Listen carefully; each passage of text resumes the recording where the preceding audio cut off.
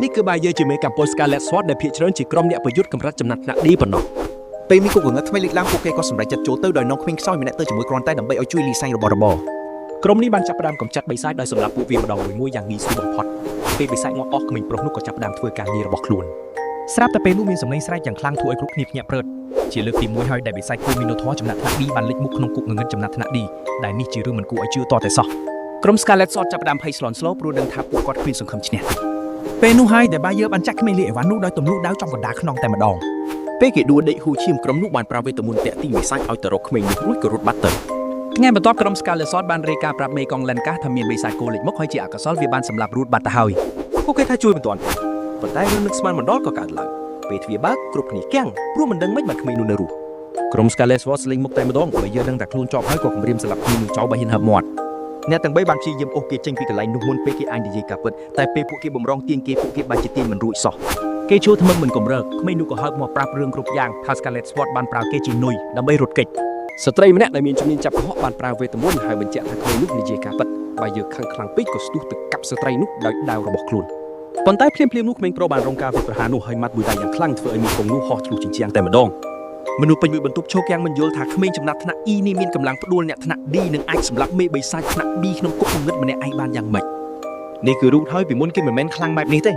គេជាអ្នកផ្សងព្រេងថ្នាក់ទីបំផុតគេគ្មានជំនាញប្រយុទ្ធអ្វីសោះតែម្ដងសមត្ថភាពពិសេសតែមួយគត់របស់គេគឺបន្សាបជាតិពុលការលេបតបាក់និងឧស្ម័នពឹសដែលវាគ្មានប្រយោជន៍សោះសម្រាប់ការសម្លាប់បិសាចដោយសារតែហេតុនេះគេមិនតែបានចូលក្រុមត្រឹមត្រូវឡើយរូបចំណាយពេលរាល់ថ្ងៃក្នុងទីវាលឧស្ម័នពឹសជាកន្លែងដែលអ្នកផ្សងព្រេងស្អប់ព្រោះខ្យល់នៅទីនោះនៅបំផ្លាញថាមពលអ្នកចូលទៅទាំងអស់តែដោយសារគេស៊ាំគេក៏ចូលបេះឱសថលក់និយាយចំទៅដូចជាអ្នករើសសម្រាមក្នុងគុកងឹតអញ្ចឹងនៅកន្លែងទទួលភារកិច្ចគេបានទៅមើលថាតើមានគុកងឹតថ្មីដែរទេដើម្បីឲ្យប្រមូលរបស់និងខ្លាចជាអ្នកមាននាងក៏ប្រាប់ថាមានមួយដែរតែសម្រាប់ចំណាត់ថ្នាក់ D ប៉ុណ្ណោះរូតអស់សង្ឃឹមភ្លាមពេលនោះហើយដែលបាយយើងបានហៅគេឲ្យធ្វើជាអ្នកលីយវ៉ាន់ប្រចាំក្រុម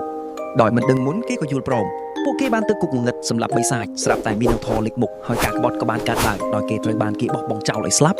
ទូរបួននឹងថ្នាក់ទីបំផុតរូតមិនព្រមស្លាប់ហើយតស៊ូរស់រានមានជីវិតតែគេអស់កម្លាំងខ្លាំងពេកទើបមិនអាចគេចពីការវាយប្រហាររបស់មេបិសាចបានឡើយកម្លាំងម៉ាត់នោះខ្លាំងរហូតធ្វើឲ្យបែកឥតហើយអ្នកអំពីក៏ធ្លាក់ពីជាន់ទី4នៃគុកងឹតតែម្ដងពេលគេដឹងខ្លួនគូមីណូតបានធ្លាក់នៅពីក្រងគេជួយទប់កុំឲ្យស្លាប់ប៉ុន្តែទួនចឹងក្តីគេនៅតែរបួសធ្ងន់ធ្ងរនិងហួសឈាមឥតឈប់ដោយគ្មានវេទមន្តព្យាបាលការស្លាប់ដោយសារការស្រេកឃ្លានឬមុខរបួសគ្រាន់តែជាបញ្ហាពេលវេលាប៉ុណ្ណោះភាពស្រេកឃ្លានបានគ្រប់គ្រងគំនិតរបស់គេទោះបីប្រឈមនឹងសេចក្តីស្លាប់ឬខ្លាចជាបិសាចក៏គេចាប់ផ្ដើមស៊ីសាច់ម៉ែណូតនោះដែរជំនួសឲ្យការស្លាប់ឬឈួតថាមពលរបស់ម៉ែណូតបានបញ្ចូលជាមួយរាងកាយរបស់គេរូបក្រោកឈរឡើងជាមួយនឹងកម្លាំងដែលមិនធ្លាប់មានពីមុនមកព្រមទាំងក្រសែភ្នែកយ៉ាងកាចសាហាវ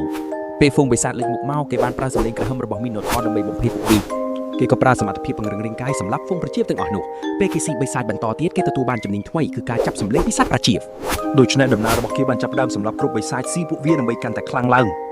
ងរាល់បិសាចដែលគេស៊ីបានផ្ដល់កម្លាំងនិងជំនាញកាន់តែច្រើនគ្មានទូចដែលធ្លាប់ញ័រខ្លួនពេលឃើញកណ្ដោនោះឡើងមានទៀតហើយអ្វីដែលដាជាងពីគុកងឹតនោះគឺផ្សេងស្រឡះតែម្ដងជាអ្វីមួយដែលខ្លាំងជាងមុនឆ្ងាយក្រោយរស់រានមានជីវិតគេបានទៅជួបមេកងប្រាប់កាពិតនិងបង្ហាញថាខ្លួនខ្លាំងជាងមុនគេត្រូវបានហៅចូលបន្ទប់ឯកជនដែលមេកងបង្ហាញថាលោកយល់គ្រប់យ៉ាងដែលរូតបានឆ្លងកាត់គាត់ក៏ប្រាប់ថាអ្នកទាំង3ត្រូវបានចាប់ខ្លួនហើយជាសំណងវិញរូតទទួលបានប្រាក់ 20,000 កាក់មានលុយក្នុងដៃគេអាចញ៉ាំអ្វីក៏បានឬសូម្បីតែបំពាក់សម្ភារៈថ្មីៗក៏បានប៉ុន្តែរូតបានសម្រេចចេញពីកាបូបវេទមន្តមួយហើយត្រឡប់ទៅទីវាលឧស្ម័នពឹសវិញដើម្បីសាកល្បងធម៌ពលថ្មីរបស់គេ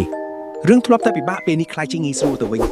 គេឆែកមើល status ហើយគាំងព្រោះពេលនេះគេឡើងដល់ level 42ព្រមទាំងមានជំនាញជាច្រើនគេចោះទៅម្ដងមួយជាន់សម្រាប់នឹងស៊ីបិសាចដើម្បីប្រមូលជំនាញឲ្យបានកាន់តែច្រើននៅជាន់ទី24គេត្រូវបានឡោមព័ទ្ធដោយក្រុមទាហានបង្គួយដែលចេះប្រយុទ្ធជា4យុទ្ធសាស្ត្ររួមទាំងមានមេតប level 32 ម្នាក់ដែលមានជំនាញបញ្ជាការផងដែររូតអានយុទ្ធសាស្ត្រពួកវាដាច់ហើយប្រើជំនាញកម្លាំងដើម្បីទម្លាយរបាំងការពាររបស់ពួកវាគេបានប្រើពួកវាជាឆ្នន់ដើម្បីលោតទៅមុខហើយវាយសន្ធាប់ទៅលើមេតបនោះតែម្ដងមេវិជាការនោះខឹងយ៉ាងខ្លាំងហើយព្យាយាមវាយបកវិញប៉ុន្តែរូតមិនញញើតឡើយដោយសារជំនាញរាងកាយដាច់របស់គេក្រោយពេលសម្លាប់ទាហានម្នាក់ពួកដែលនៅសល់បានសម្រុកចូលវាយគេតែម្ដងដោយប្រើប្រាស់សមត្ថភាពបញ្ជាសំណាញ់គេបានដកខ្លួនពីពួកជីងចក់ហើយបញ្ចេញធម៌ពលចាប់ពួកវាទាំងអស់ក្នុងសំណាញ់អគ្គិសនីពេលនេះពួកវាមិនអាចកម្រើកបានរូបដឹងថាការប្រយុទ្ធចាប់ហើយក៏កាត់ក្បាលមេវាដល់មកស៊ីសាច់ជីងចក់ហើយគេសម្រេចចិត្តសាកល្បងកាបូបវេទមន្តដែលទិញដោយលុយគេកាបូបនេះមានទំហំធំខាងក្នុងហើយពេលបិទទម្ងន់របស់វានឹងបាត់ទៅរូតទាញយកឧបករណ៍និងគ្រឿងទេសដើម្បីអាចចម្អិនសាច់ឲ្យបានត្រឹមត្រូវលើកនេះការនៅជាន់លក្ខកំបាំងគេញ៉ាំគ្រាន់តែដើម្បីរស់រានមានជីវិតប៉ុណ្ណោះតាំងពីពេលនោះមកគេឃ្លានអាហារចម្អិនឆ្ងាញ់គេបានហាន់សាច់ហើយបំពងក្នុងខ្ទះមុនពេលភ្លក់គេសម្លៃដឹងបាត់ទៅហើយថាវាឆ្ងាញ់ប៉ុណ្ណាគ្រាន់តែខំមួយម៉ាត់ដំបងភ្លាមគឺពិតជាអស្ចារ្យខ្លាំងណាស់សាច់បិសាចដែលចម្អិនត្រឹមត្រូវគឺឆ្ងាញ់ណាស់រូតគិតថាប្រហែលជាញៀនហើយព្រោះមិននឹកស្មានថាវាឆ្ងាញ់ដល់ថ្នាក់នេះសោះ កំពុងញ៉ាំគេក៏ទទួលបានជំនាញថ្មីនេះធ្វើឲ្យគេឆ្ងល់ថាហេតុអ្វីសាច់បិសាចមានរសជាតិឆ្ងាញ់ម្ល៉េះ ប្រហែលជាវាពាក់ព័ន្ធនឹងវេទមន្តរបស់ពួកវាជំនាញពីមីណូតសត្វពីពីងក្រោះនិងភ្នែកអាក្រក់សុទ្ធតែមានប្រយោជន៍ទាំងអស់ ចំពោះបិសាចដែលគេមិនទាន់បានសាក់លបងជំនាញគឺមានដូចជាចចករន្ទះនិងពស់ខ្មៅនោះឯង មានអារម្មណ៍ស្រស់ស្រាយក្រោយញ៉ាំរួចសម្រេចថានឹងសាកញ៉ាំបិសាចច្រើនប្រភេទទៀតពេលត្រឡប់ទៅវិញ រួចគេនឹកឃើញដល់ជីងចក់មានជំនាញជំនួសនោះបន្ទាប់មកគេចុះទៅជាន់ទី21ដើម្បីបន្តការបរបាញ់ពេលប្រយុទ្ធគេបានបញ្ចេញជំនាញគ្រប់ប្រភេទរួមទាំងអាវធុំរន្ទះពីពពួកចចកផងដែរក្រុមចុងក្រោយដែលគេវាយឈ្នះគឺជាបិសាចដែលប្រើប្រាស់ឥទ្ធិពលប៉ះពាល់ស្ថានភាពក្រោយមកគេក៏ចាប់បានសាច់កង្កែបនិងសត្វល្អិតគេយកវាទៅបំពងហើយវាឆ្ងាញ់ខ្លាំងពេករហូតធ្វើឲ្យគេចង់មានស្រាបៀរញ៉ាំផ្ទាប់ជាមួយតែម្ដងញ៉ាំបានពី3ម៉ាត់គេទទួលបានជំនាញថ្មីដូចជាពីការបដូរសេតនាភាពម្សៅពីម្សៅស្ពឹកនិងការកាប់ទម្លុះអាកាស កំពុងតែញ៉ាំសាច់កង្កែបដ៏ទន់ឆ្ងាញ់នោះគេក៏លើសម្លេងធ្លាក់បែកនិងសម្លេងមនុស្ស គេឆ្ងល់ថាមានអ្នកផ្សងព្រេងផ្សេងចុះមកដល់ទីនេះដែរឬរូតប្រញាប់ទុករបស់ជួកំពុងវេទមន្តឲ្យទៅឆែកមើល ការជួបមនុស្សនៅទីនេះគឺកម្រណាស់ហើយគេសង្ឃឹមថានឹងអាចផ្លាស់ប្ដូរព័ត៌មានបើជួបពួកគេ នៅកន្លែងមួយទៀតចន់តែមួយមានក្រុមអ្នកផ្សងព្រេងបានវាយនារីម្នាក់ឲ្យរបួសធ្ងន់មើលទៅការតទោជាមួយនាងគឺមិនងាយនោះទេ ពួកគេម្នាក់និយាយថានាងប្រើវេទមន្តច្រើនពេកពេលការពារខ្លួនមីក្រុមបានទាញគម្រប់ក្បាលនាងចេញទើបដឹងថានាងជា F ពេលកំពុងគិតថាតានារីអ៊ីម្នាក់អាចលក់បានថ្លៃប៉ុណ្ណាពួកគេក៏លើសម្លេងរូតពីក្រោយថាគេសង្ឃឹមនឹងបានជួបមនុស្សល្អទៅវិញ គេដើរចេញមកហើយនិយាយថាគេមិនដឹងរឿងអ្វីទេប៉ុន្តែគេមិនឈរមកពួកគេវាយប្រហារមនុស្សស្រីឡើយមេក្រុមនោះសួរថារូតជានរណាអេតនោះស្រែកប្រាប់ឲ្យគេរត់ព្រោះពួកវាជាអ្នកប្រមាញ់អ្នកផ្សងព្រេងរូតធ្លាប់លើពីមនុស្សពួកនេះពួកវាជាអ្នកផ្សងព្រេងកម្រិតខ្ពស់ គេមើលឃើញវាពួកវាតែមិនឃើញជំនាញនេះទេមេក្រុមឈ្មោះ Falsu មាន level 65 វាធ្វើឲ្យរូតភាំងឲ្យឆ្ងល់ថាពួកវាប្រើជំនាញលាក់បាំងឬឧបករណ៍ប្រឆាំងវេទមន្ត Faces ក៏បញ្ជាឲ្យកូនចៅសម្រាប់រូតចោលពួកវាកំពុងចាំបញ្ជានេះស្រាប់ហើយម្នាក់ដែលស្ទុះមកមុនគេគឺជាមនុស្សឈួតលៀនដាធ្លាក់ចុះមកគេមើលទៅក៏ខ្វក់ប៉ុន្តែមានល្បឿនលឿននិងកម្លាំងស៊ូខ្លាំងមែនទែន ហើយឈួតនោះសរសើររូតដែលឈរនឹងនោះហើយរូតក៏ចំអកវិញថាវាគ្រាន់តែដោយសារសត្រូវរបស់គេខ្សោយប៉ុណ្ណោះ វាខឹងយ៉ាងខ្លាំងហើយស្រែកថានឹងកំទេចក្បាលរបស់រូតតែពេលចូលមកគៀកពេករូតបានវាយបកលឿនជាង គេការពារការវាយប្រហារនោះហើយផ្លុំពីដាក់មុខវាភ្លាមដោយប្រើជំនាញពីរ Shari ស្រែកយ៉ាងឈឺចាប់ពេលមុខវាចាប់ដើមរលាយពួកដែលសល់បានគាំងហើយសន្និដ្ឋានថារូតជាបិសាចសុទ្ធសាធ រូតដឹងថាស្ទីលប្រយុទ្ធគេរៀងគ្រោះថ្នាក់មិនដូចអ្នកផ្សងព្រេងទូទៅទេតែនេះជាវិធីឲ្យមនុស្សខ្សោយដូចគេរੂក្នុងដានជៀនបាន Foster ឆ្ងល់ថាពីនោះជាជំនាញពិសេសឬអត់ពេលនេះគេប្រុងប្រយ័ត្នលែងហ៊ានមើលងាយរូតទៀតហើយ គេបញ្ជាបពពួកពីរនាក់ទៀតឲ្យវាយប្រហាររួមគ្នាហើយទាំង3ក៏សម្រុកចូលតែម្ដង រូតខំគិតពីការវាយប្រហារដោយដឹងថាបើផ្លត់សំបីម្ដងគឺស្លាប់មិនខានស្រាប់តែ Falsos លឿនពេកក៏ទាត់ចំមុខគេមួយជើងយ៉ាងបំណំរូតប្រើរាងកាយដៃទាន់ពេលទៅមិនមិចប៉ុន្តែកម្លាំងទាត់នោះបានធ្វើឲ្យគេខ្ទាតចូលទៅក្នុងថ្លុកភក់ Fasa ក៏ថាមួយជើងនេះគួរតែបាក់កទៅហើយដូច្នេះបើគេនៅរូតបញ្ជាក់ថាគេក៏ស្វិតមិនធម្មតាដែរពួកវាម្នាក់បានគំរាមសម្រាប់រូតជំនួសឲ្យការវាយបករូតបែរជារត់ចូលទៅខាងក្នុងជ្រោយជាងមុន បុរសនោះស្រែកប្រាប់មិនឲ្យគេរត់នោះទេវាព្យាយាមដេញតាមតែ Forces បានខាត់ឲ្យបញ្យល់ថាថ្លុកភក់នោះគឺមានពឹស នរណាចូលជ្រៅពេកច្បាស់ជាមិនអាចត្រឡប់មកវិញទេគេប្រាប់បាក់ពួកឲ្យចាំដោយជឿថារូតមិនអាចរស់ឡើយរូតក៏ធុញហើយឆ្ងល់ថាពួកវានឹងចាំក្បែរនោះយូរប៉ុណ្ណាទៅបន្ទាប់មកគេទើបដឹងថាខ្លួនមានសំណាងដែលធ្លាក់ចូលក្នុងថ្លុកភក់ពីរព្រមទាំងចំហាយអាក្រក់នេះអាពើជុំវិញនោះបឺតយកកម្លាំងយ៉ាងលឿនមិនយូរប៉ុន្មានពួកអ្នកប្រមាញ់ក៏ហត់ដង្ហក់ត្រឹមរយៈពេលប្រមាណ10នាទីរូតរងចាំឲ្យពួកគេចុកសោយប៉ុន្តែគេក៏ដឹងថាបើយឺតយ៉ាវ L4 ដែលរបួសនឹងកាន់តែគ្រោះថ្នាក់ដូច្នេះគេដើរទៅរក Falsu និងអ្នកផ្សេងទៀតរួចសួរថាមានអារម្មណ៍យ៉ាងណាពេលត្រូវប្រឈមទាំងជាតិពុលនិងខ្យល់ពុលបែបនេះ Falsu នឹងបាក់ពួកថារូតពិតជារំខានខ្លាំងណាស់ហើយគិតថាគេប្រកាសជាហត់នឿយដែរហើយរូតតបថាអតិពលអាក្រក់គ្មានផ្លូវធ្វើអ្វីគេបានទេដូច្នេះគេមិនដឹងទេថាវាឈឺចាប់ប៉ុណ្ណា Falsu គៀងស្តោកគេមិនជឿថាមនុស្សសាមញ្ញដូចរូតមានជំនាញទប់ទល់អតិពលមិនប្រក្រតីសោះដោយក្តីខឹងសម្បាគេក៏បញ្ជាឲ្យវាប្រហារម្ដងទៀតហើយការប្រយុទ្ធក៏ចាប់ផ្ដើមសារជាថ្មីប៉ុន្តែពេលនេះពួកគេតាមរូតលេងតន់ហើយព្រោះខ្យល់ពុលបានជ្រាបចូលពេញខ្លួននិងទីទម្លាក់ថាមកពួកគេអស់រលីង សូម្បីតែការលួចវាយប្រហារក៏បរាជ័យដែរពេលរូបប្រើជំនាញរាងកាយដៃថែបការពារខ្លួនរួចបន្តដោយអាវក្រោះនន្ទះកម្លាំងឆក់នោះដុតរលាក់ពួកគេយ៉ាងណំទោះជាមានអ្នកផ្សងព្រេងម្នាក់តស៊ូវាបកចុងក្រោយក្តីក៏រូតផ្ដាច់ជីវិតគេដោយជំនាញកាប់ប្រហារលើអាកាស Falsu ស្រឡាំងកាំងនឹងចំនួនវាប្រហាររបស់រូត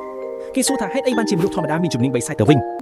រូដតតបថារឿងអីដែលគេត្រូវឆ្លើយប្រាប់នោះបន្ទាប់មកការប្រយុទ្ធចុងក្រោយក៏ចាប់ផ្ដើម Falsu ត្រូវប៉ះជាមួយអ្នកប្រមាញ់ខ្យល់ពុលហើយ Falsu ដឹងថាគេគួរតែមានប្រៀបជាងនៅក្នុងការប្រយុទ្ធធម្មតាជាមួយមនុស្សប៉ុន្តែខ្យល់ពុលនេះធ្វើឲ្យគេចាញ់ប្រៀបយ៉ាងខ្លាំងក្នុងពេលដ៏សំខាន់គេប្រើជំនាញបង្កើនល្បឿនដើម្បីឲ្យរហ័សជាងមុនរូតវាយបកដោយការបង្កើនកម្លាំងកាយរួចបង្ហាញថាកម្លាំងសុទ្ធអាចយកឈ្នះលើល្បឿនបានកម្លាំងនោះពិតជាគ្រប់គ្រាន់ណាស់ Falsu កម្រិត65ត្រូវដួលនៅក្រោមដៃអ្នកប្រមាញ់ខ្យល់ពុលរូតទទួលស្គាល់ថាបើគ្មានជាតិពុលនិងខ្យល់ពុលទេ Falsu ច្បាស់ជាខ្លាំងជាងគេឆ្ងាយណាស់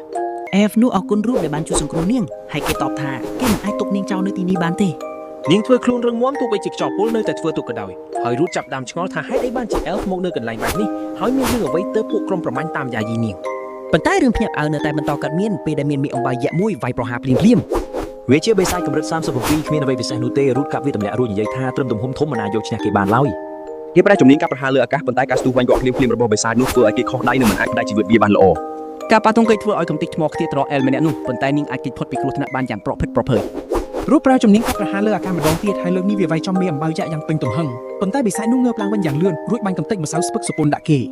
ដោយជឿជាក់ថាវាមិនបានផលរូបប្រាប់វាថាភាពស្ពឹកសពុនគ្មានន័យអ្វីសម្រាប់គេទេដោយភ្លេចថានាងអាលីស៊ីយ៉ានៅតែឈរទីនោះនាងជា elf ប៉ុន្តែមិនមែនមានន័យថានាងមានភាពសំពិសេសនោះទេយ៉ាងណាក្តីនាងបានត្រៀមខ្លួនរួចជាស្រេចនាងប្រើវេទមន្តខ្យល់ដើម្បីផ្លុំកំទេចម្សៅនោះចេញដែលធ្វើឲ្យរូបកាំងស្ទុះមិនយូរប៉ុន្មានគេក៏សម្លាប់បិសាចនោះបានសម្រេចដោយក្តីកោតសរសើរអាលីស៊ីសួរថាហេតុអីបានជាភាពស្ពឹកសពុនគ្មានឥទ្ធិពលលើគេសោះនាងក៏សួរទៀតថាហេតុអីគេប្រើប្រាស់ជំនាញដូចបិសាចអញ្ចឹងហើយរូបមិនដឹងថាត្រូវឆ្លើយយ៉ាងម៉េចទេស្រាប់តែអាលីស៊ីក៏ឌីលូតយ៉ាងគង់ចុះដោយក្តីបារម្ភគេសួរថាតើនាងត្រូវម្សៅនោះមែនទេនាងតបថាមិនមែនទេវាមិនមែនជាភាពស្ពឹកសពុនឡើយតែវាជារឿងផ្សេង នាងសន្យាថានឹងបញ្យល់ពេលពួកគេចេញទៅដល់កន្លែងសុវត្ថិភាពពេលក្រោយមកពួកគេសម្រាប់នៅក្រោមដើមឈើសួរហើយអាលីស៊ីចាប់ផ្ដើមមានអារម្មណ៍ធូរស្រាលជាងមុន នាងណែនាំខ្លួនថាឈ្មោះអាលីស៊ីជាអតីតអ្នកផ្សងព្រេងរូបភ្ញាក់ឲ្យយ៉ាងខ្លាំងរួចសួរថានាងគឺជាអាលីស៊ីមកពីក្រុម Emerald Storm មែនទេ Azotel គឺជាក្រុមចំណេះថ្នាក់ S ដល់3ល្បែងក្នុងនគរ Ludius ហើយនាងធ្លាប់ជាសមាជិកក្នុងក្រុមនោះគេនៅឃើញថាធ្លាប់លើដំណឹងថាក្រុម Azotel ត្រូវបានបំផ្លាញចោលកាលពី5ឆ្នាំមុនកាលនោះពួកគេបានតទល់ជាមួយបិសាចដែលជន់ជើបំផុតនៃមហាគុកងឹតហើយក្រុមទាំងមូលស្ទើរតែវិនិច្ឆ័យខ្ទេចគ្មានសល់មេក្រុមរបស់ពួកគេបានស្លាប់សមាជិកម្នាក់ត្រូវចូលនិវត្តន៍ដោយសាររបួសធ្ងន់ធ្ងរហើយម្នាក់ទៀតត្រូវបានលាបត្របាក់ដោយគុកងងឹតនោះ អាលីស៊ីនិយាយថានាងក៏រត់មិនរួចពីគ្រោះថ្នាក់នេះដែររួចព្យាយាមបង្ហាញបណ្ដាសានៅលើខ្លួននាងឲ្យរូបមើលគេភ័យស្លន់ស្លោរួចសួរថាតើនាងកំពុងគិតចង់ធ្វើអ្វីនឹងអាលីស៊ីបង្ហាញគេនៅបណ្ដាសាដែលចាក់ដោតលើទ្រូងរបស់នាងនាងបញ្យល់ថាវាជាតែទាញទម្លាក់កម្រិតរបស់នាងជារឿយៗ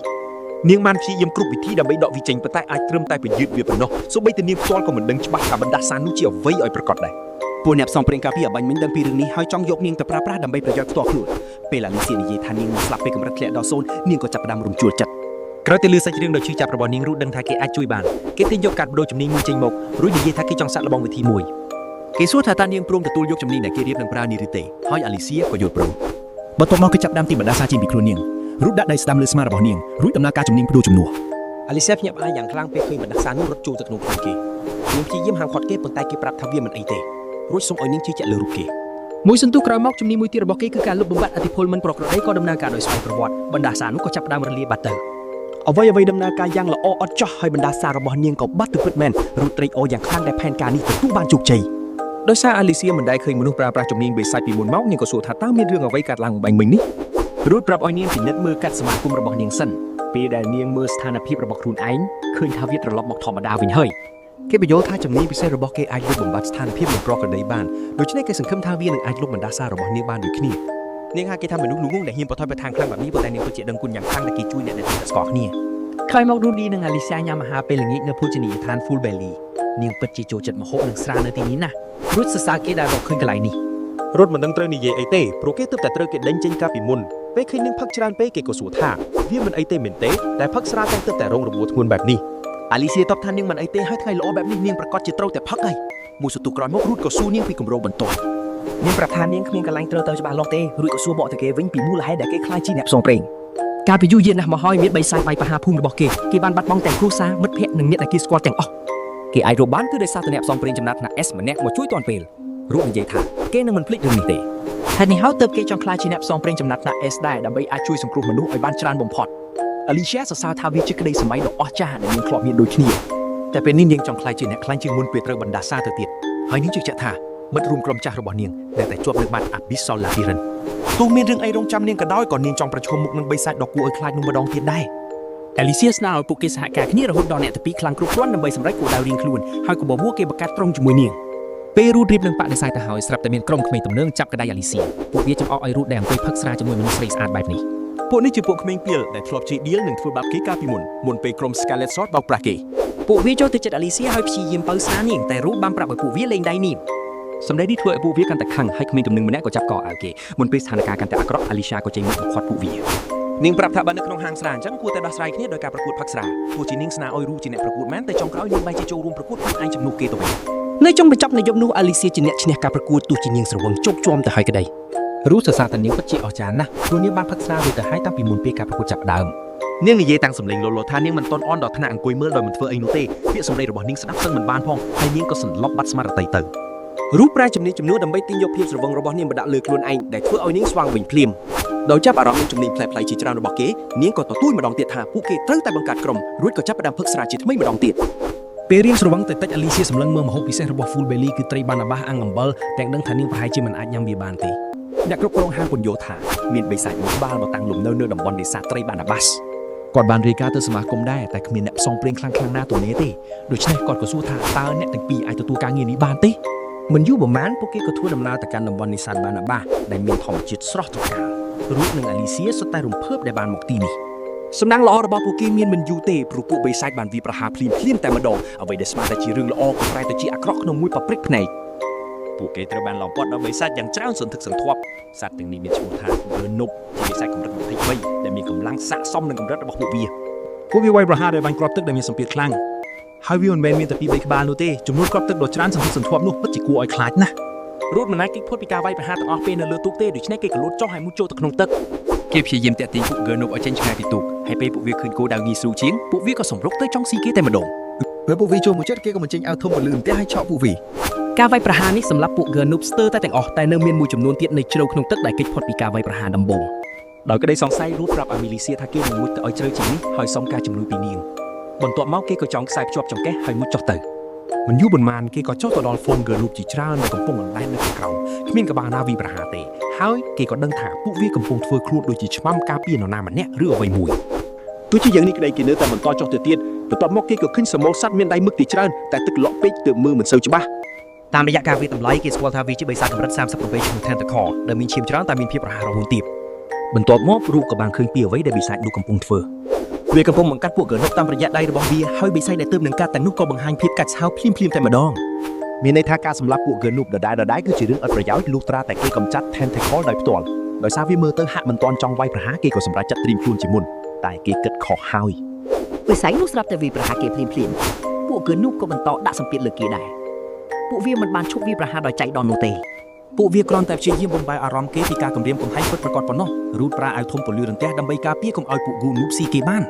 ពេលដៃរបស់បិសាចនោះរុំជុំវិញខ្លួនគេក៏បញ្ចេញអាវធំពលឺរន្ទះម្ដងទៀតដើម្បីរកចំណុចខ្សោយរបស់វាតែបិសាចនោះបានកាត់ដៃខ្លួនឯងចោលមុនពេលចរន្តអគ្គិសនីអាចបង្កការខូចខាតធ្ងន់ធ្ងរ រូតនឹកឃើញដល់ជំនាញស្វ័យប្រវត្តិរបស់វាហើយដឹងថាវាអាចគេចពីការវាយប្រហារដល់ស្លាប់បានដោយការផ្ដាច់ដៃចោលភ្លាម បន្ទាប់មកការប្រយុទ្ធក៏ប្រែប្រួលហើយបិសាចនោះក៏ផ្លាស់ទីមកនៅពីលើគេវិញពេលគេចាប់ផ្ដើមខ្វះខ្យល់ដកដង្ហើមគេក៏ផ្ដល់សញ្ញាប្រាប់អាលីសៀឲ្យទាញខ្សែឡើង នាងលើដំបងវេទមន្តឡើងហើយប្រើវេទមន្តទាញខ្សែនោះយ៉ាងខ្លាំងដែលធ្វើឲ្យបិសាចនោះរងរបួសយ៉ាងធ្ងន់ធ្ងរ ពេលត្រឡប់មកដល់ច្រាំងវិញរូតដេកផ្ងាហើយព្យាយាមសម្រាកពេលអាលីសៀសួរថាគេមិនអីទេមែនទេគេតបថាគេមិនអីទេដោយសារតែមាននាងជួយ ក្រោយសម្រួលដង្ហើមគាត់ប្រាប់នាងថាមានមេក្រមទឹកបង្កាត់ពួក Gernop បញ្ឈប់ហើយដោយសារវាឆាប់ជាស្បើយពួកគេមិនអាចខាត់ពេលទេ អាលីសៀប្រាប់ថាបិសាចទាំងនោះមានព្រៀបខ្លាំងក្រោមទឹកហើយវេទមន្តរបស់នាងប្រើលែងការដែរនាងសួរថាគាត់មានគម្រោងផ្សេងទៀតទេរូតតបថាគាត់មានប៉ុន្តែស្រាប់តែនឹកឃើញពេលគាត់ស៊ីបិសាចលើកដំបូងក្នុងគុកងងឹតមីអាស្មានោះ ដោយសារអាលីសាទុកចិត្តគាត់រឿងបណ្ដាសានាងហើយព្រមចូលក្រុមជាមួយគាត់គិតថាគួរតែប្រាប់អាចកំបាំងរបស់គាត់ទៅនាងដែរមុននាងនិយាយតគាត់សុំអាលីសាឲ្យលាក់រឿងសម្ងាត់ដែលនាងចិត្តបានឃើញរួចគាត់លោតចូលទឹកវិញម្ដងនេះប្រើជំនាញហៅទឹកយ៉ាងលឿនតែម្ដង ដោយប្រើវាគាត់កាប់សម្លាប់កិននូបជាច្រើនត្រឹមមួយដាវក្រោយគេចពីពួកវាអស់គាត់តម្រង់ឈ្មោះទៅរកបិសាចយក្សនោះតែម្ដង វាវាយតាមមកវិញតែរូតលឿនពេកធ្វើឲ្យវាមិនអាចចាប់គាត់បានឡើយគាត់មើលឃើញចំណុចខ្សោយវាហើយចាក់ដាវចំកណ្ដាលមុខរបស់វាបន្ទាប់មកគាត់ក៏បន្ថែមជំនាញអែវរន្ទះ ការវាយនេះបានបញ្ចប់ជីវិតបិសាចយក្សនោះឈាមហូរស្រោចពេញខ្លួនរបស់វាដោយអត់មានមេកន្លែងស្ទូចត្រីនេះនឹងស្កប់ស្ងាត់ឡើងវិញ តែពេលនេះរូតបារម្ភពីអាលីសាខ្លាំងណាស់នាងឃើញគាត់ស៊ីបិសាចគាត់ឆ្ងល់ថានាងគិតយ៉ាងណាពេលគាត់ត្រឡប់ទៅវិញរូតងើបចេញពីទន្លេបាណាបាសដោយសង្ឃឹមថាអាលីសានៅទីនោះទៀតពេលរូតនាងមិនឃើញគាត់សួរខ្លួនឯងថាមិនក៏រំពឹងឲ្យនាងនៅចាំតែពេលគាត់ឡើងមកដល់អាលីសាក៏ស្វាគមន៍គាត់តែម្ដង នាងប្រាប់ថានាងមិនអាចអង្គុយស្ងៀមទេទើបប្រមូលមេឈើដុតភ្លើងដើម្បីសម្ងួតខោអាវពួកគេជាពិសេសគឺសម្លៀកបំពាក់របស់គាត់ ឃើញនាងធ្វើខ្លួនធម្មតាគាត់សួរថានាងអត់អីទេអីក្រោយឃើញគាត់ធ្វើរឿងដំណំនេះអាលីសាសារភាពថានាងភ្ញាក់ផ្អើលតិចមែនតែនាងសប្បាយចិត្តដែលគាត់ទុកចិត្តហ៊ានបង្ហាញការសម្ងាត់នេះឲ្យនាង រូតអរគុណនាងដែលទទួលយករឿងនេះបានគាត់នឹកឃើញថាបានកាត់យកសាច់មេបិសាចនោះខ្លះដើម្បីលួចយកជំនាញរបស់វាដែរវាប្រកាសជាចម្លែកបើគាត់ញ៉ាំតែឯងគាត់ក៏យកត្រីបាណាបាសមួយចំនួនមកដែរទូកាចៃរំលែកអាហារក្បែរសាកសពបិសាចវារៀងប្លែកគាត់នៅតែហុចឲ្យនាងហើយអាលីសាក៏ទទួលយកដោយក្តីរីករាយ រូតថាគាត់នឹងប្រាប់នាងពីលើកដំបូងដែលគាត់បានស៊ីបិសាចពេលពួកគេកំពុងញ៉ាំអីក្រោយស្ដាប់រឿងទាំងមូលចប់អាលីសានិយាយថាវាពិតជាអស្ចារ្យណាស់ដែលគាត់អាចស៊ីបិសាចបានបែបនេះ រូតនិយាយថារឿងអាក្រក់នោះបានជួយមនុស្សខ្សោយដោយគាត់ឲ្យខិតជិតដល់ក្តីស្រមៃ អាលីសៀបន្ថែមថាសាច់បិសាចច្បាស់ជាឆ្ងាញ់បើគាត់ចម្អិនបែបនេះរូតកំពុងតែញ៉ាំសាច់បន្ទះកនូបនិងដៃកណ្ដាប់ខជាមួយមីសូគាត់យល់ស្របហើយប្រាប់ថាជប់ចង់ញ៉ាំសាច់កណឹបឆាយទៀតហើយសុខចិត្តចម្អិនឲ្យត្រឹមត្រូវវិញគាត់ហុចឲ្យនាងខ្លះតែអាលីសាបដិសេធយ៉ាងសំរុំព្រោះនាងប្រហែលជាទប់ទល់នឹងរោគសញ្ញានោះមិនបានទេក្រោយញ៉ាំរួចនាងសុំគាត់ចូលក្រុមជាផ្លូវការតែម្ដង រុតសួរថាហេតុអីបានជានាងមិនចូលក្រុមអ្នកខ្លាំងៗបើនាងធ្លាប់ជាអ្នកផ្សងព្រេងដ៏ល្បីនោះ អាលីសាតបថាចូល5ឆ្នាំហើយតាំងពីនាងត្រូវបណ្ដាសាទូមិត្តចាស់នាងរស់ពីគុកងងឹតក៏ភាកច្រើនប្រហែលជាចូលនិវត្តន៍អស់ទៅហើយដែរ នាងក៏ប្រាប់ថាអ្នកផ្សងព្រេងជួមមុខភាកច្រើនមានចរិតពិបាកទុកចិត្តខ្លាំងឬអត់នាងមិនហ៊ានប្រគល់ខ្នងឲ្យពួកគេការពារឡើយ នាងចង់បានដៃគូដែលអាចទុកចិត្តទាំងស្រុងហើយនាងជឿថារូតគឺជាមនុស្សម្នាក់នោះ ក្រោយស្ដាប់ហេតុផលគាត់ក៏យល់ព្រមបន្តិចក្រោយមកពួកគេត្រឡប់ទៅសមាគមអ្នកផ្សងព្រេងវិញ អាលីសៀមើលទៅរំភើបណាស់ក្នុងការទទួលការងារដំបូងរបស់ពួកគេ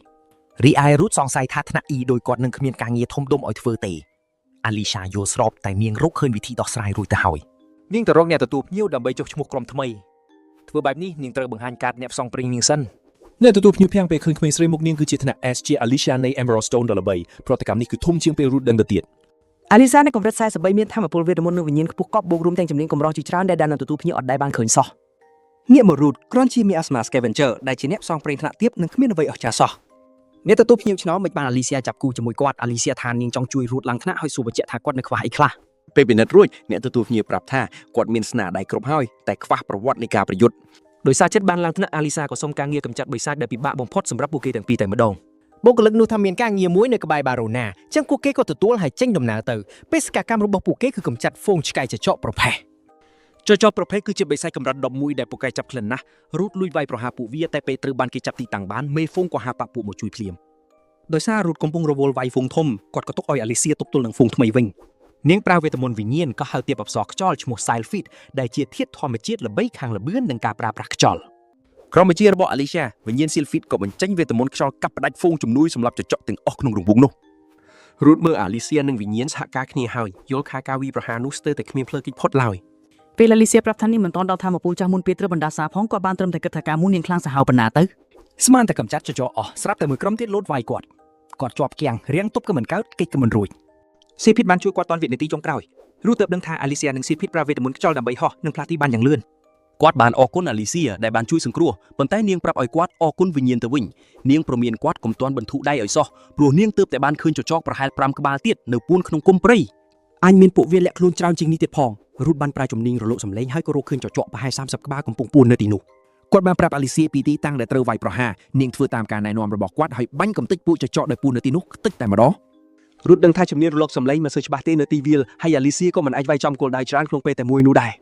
ដូច្នេះផែនការរបស់គាត់គឺវាយលុកពីចំហៀងដើម្បីបង្ខំឲ្យពួកវាមកជុំគ្នាតែមួយអាលីសៀបំពេញផ្នែករបស់នាងហើយទុកភារកិច្ចដែលនៅសល់ឲ្យគាត់អ្នកចាត់ការបន្ត រូបបានលបចូលទៅជិតពពួកបិសាចទាំងនោះរួចប្រើដង្ហើមធ្វើឲ្យខ្វិនដើម្បីបង្កក់ពួកចចកពីខាងក្រៅតែម្ដង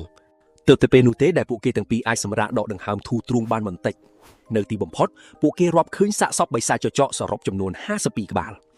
អាលីសៀនិយាយថានាងមិនធ្លាប់ឃើញចចកច្រើនបែបនេះទេក្នុងមួយថ្ងៃហើយគិតថាហ្វូងរបស់វាច្បាស់ជាការឡើងធំធេងហើយរូតក៏សួរអំពីជំនាញវេទមន្តវិញ្ញាណដែលនាងទើបតែបានប្រើបាញ់មិញនេះ នាងពន្យល់ថានាងបានខ្ចីធម៌ពលពីវិញ្ញាណដែលមានក្នុងធម្មជាតិពួកវាមាននៅគ្រប់ទីកន្លែងទោះបីជាមនុស្សមើលមិនឃើញក៏ដោយប៉ុន្តែការប្រើធម៌ពលពួកវាត្រូវបាត់បង់ម៉ាណាជាការដោះដូរ ទោះជាយ៉ាងណាវេទមន្តវិញ្ញាណអាចបង្កើតឥទ្ធិពលយ៉ាងធំដោយប្រើម៉ាណាតិចតួចឧទាហរណ៍ដូចជាស៊ីលហ្វីតអាចជួយឲ្យពួកគេហោះអណ្ដែតបានថែមទៀតផង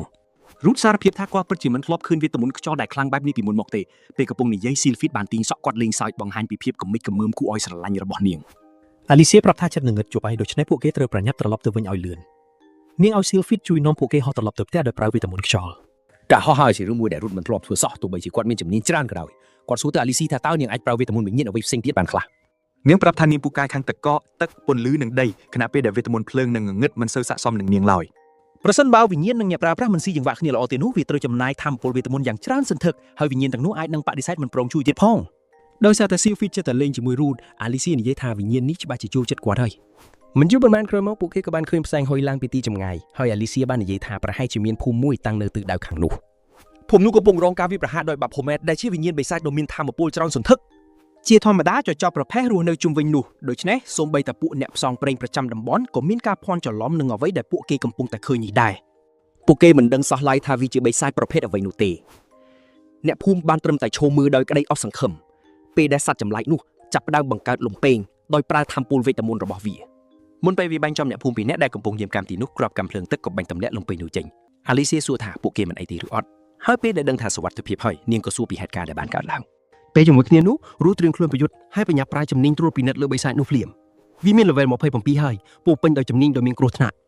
ទោះបីជា level របស់វាទាបជាងសត្វបង្គួយទូទៅក៏ដោយក៏កម្រិតធម្មពលរបស់វាគឺខុសគ្នាស្រឡះហើយ root អាចដឹងច្បាស់ថាវាពិតជាមិនមែនជា level 27ធម្មតាឡើយវាក៏មានជំនាញជាច្រើនផងដែរដូចជាគោលការណ៍វេទមន្តភ្លើងនិងវេទមន្តដីបូករួមទាំងរលកសំឡេងការងើបឡើងវិញនៃម៉ាណាដ៏លឿននិងកម្លាំងផ្លូវចិត្តរបស់វាថែមទៀតផងដោយសារតែវេទមន្តភ្លើងរបស់ root ខ្សោយខ្លាំងពេកគាត់មានអារម្មណ៍រំភើបយ៉ាងខ្លាំងនៅពេលគិតថានឹងកម្ចាត់ Baphomet ហើយស៊ីវាដើម្បីដណ្ដើមយកជំនាញរបស់វាមកធ្វើជារបស់ខ្លួនមិនយូរប៉ុន្មានគាត់ក៏ដឹងថាបិសាចនេះមានកម្លាំងកាយមាំមួនខ្លាំងណាស់នៅពេលដែលវាអាចរារាំងការវាយប្រហាររបស់គាត់បាន គាត់សង្ស័យថាកញ្ញាំដៃរបស់វាអាចជាហេតុផលនៅពីក្រោយរឿងនេះ ដោយគ្មានជំរឿសល្អជាងនេះ Root វាយបកដោយប្រើកម្លាំងវាយព្រាល់ប៉ុន្តែ Baphomet ក៏វាយតបមកវិញដោយប្រើគោលការណ៍វេទមន្តដីគាត់ស្ទើរតែរត់មិនផុតពីកន្លងនៃការវាយប្រហារនេះទៅហើយពេលនោះហើយដែលគាត់បានដឹងថាវាឆ្លាតកម្រិតណាបិសាចមួយនេះបានបាញ់លំពែងភ្លើងស្ទើរតែទាំងអស់របស់វាទៅហើយប៉ុន្តែវាឆាប់លាក់ទុកពីសម្រាប់ជាការការពារខ្លួនវាប្រយុទ្ធដោយមានការប្រុងប្រយ័ត្នខ្លាំងណាស់ Alicia និយាយថាពួកគេគួរតែផ្លាស់ប្ដូរព័ត៌មានគ្នាក្នុងពេលនេះតែម្ដង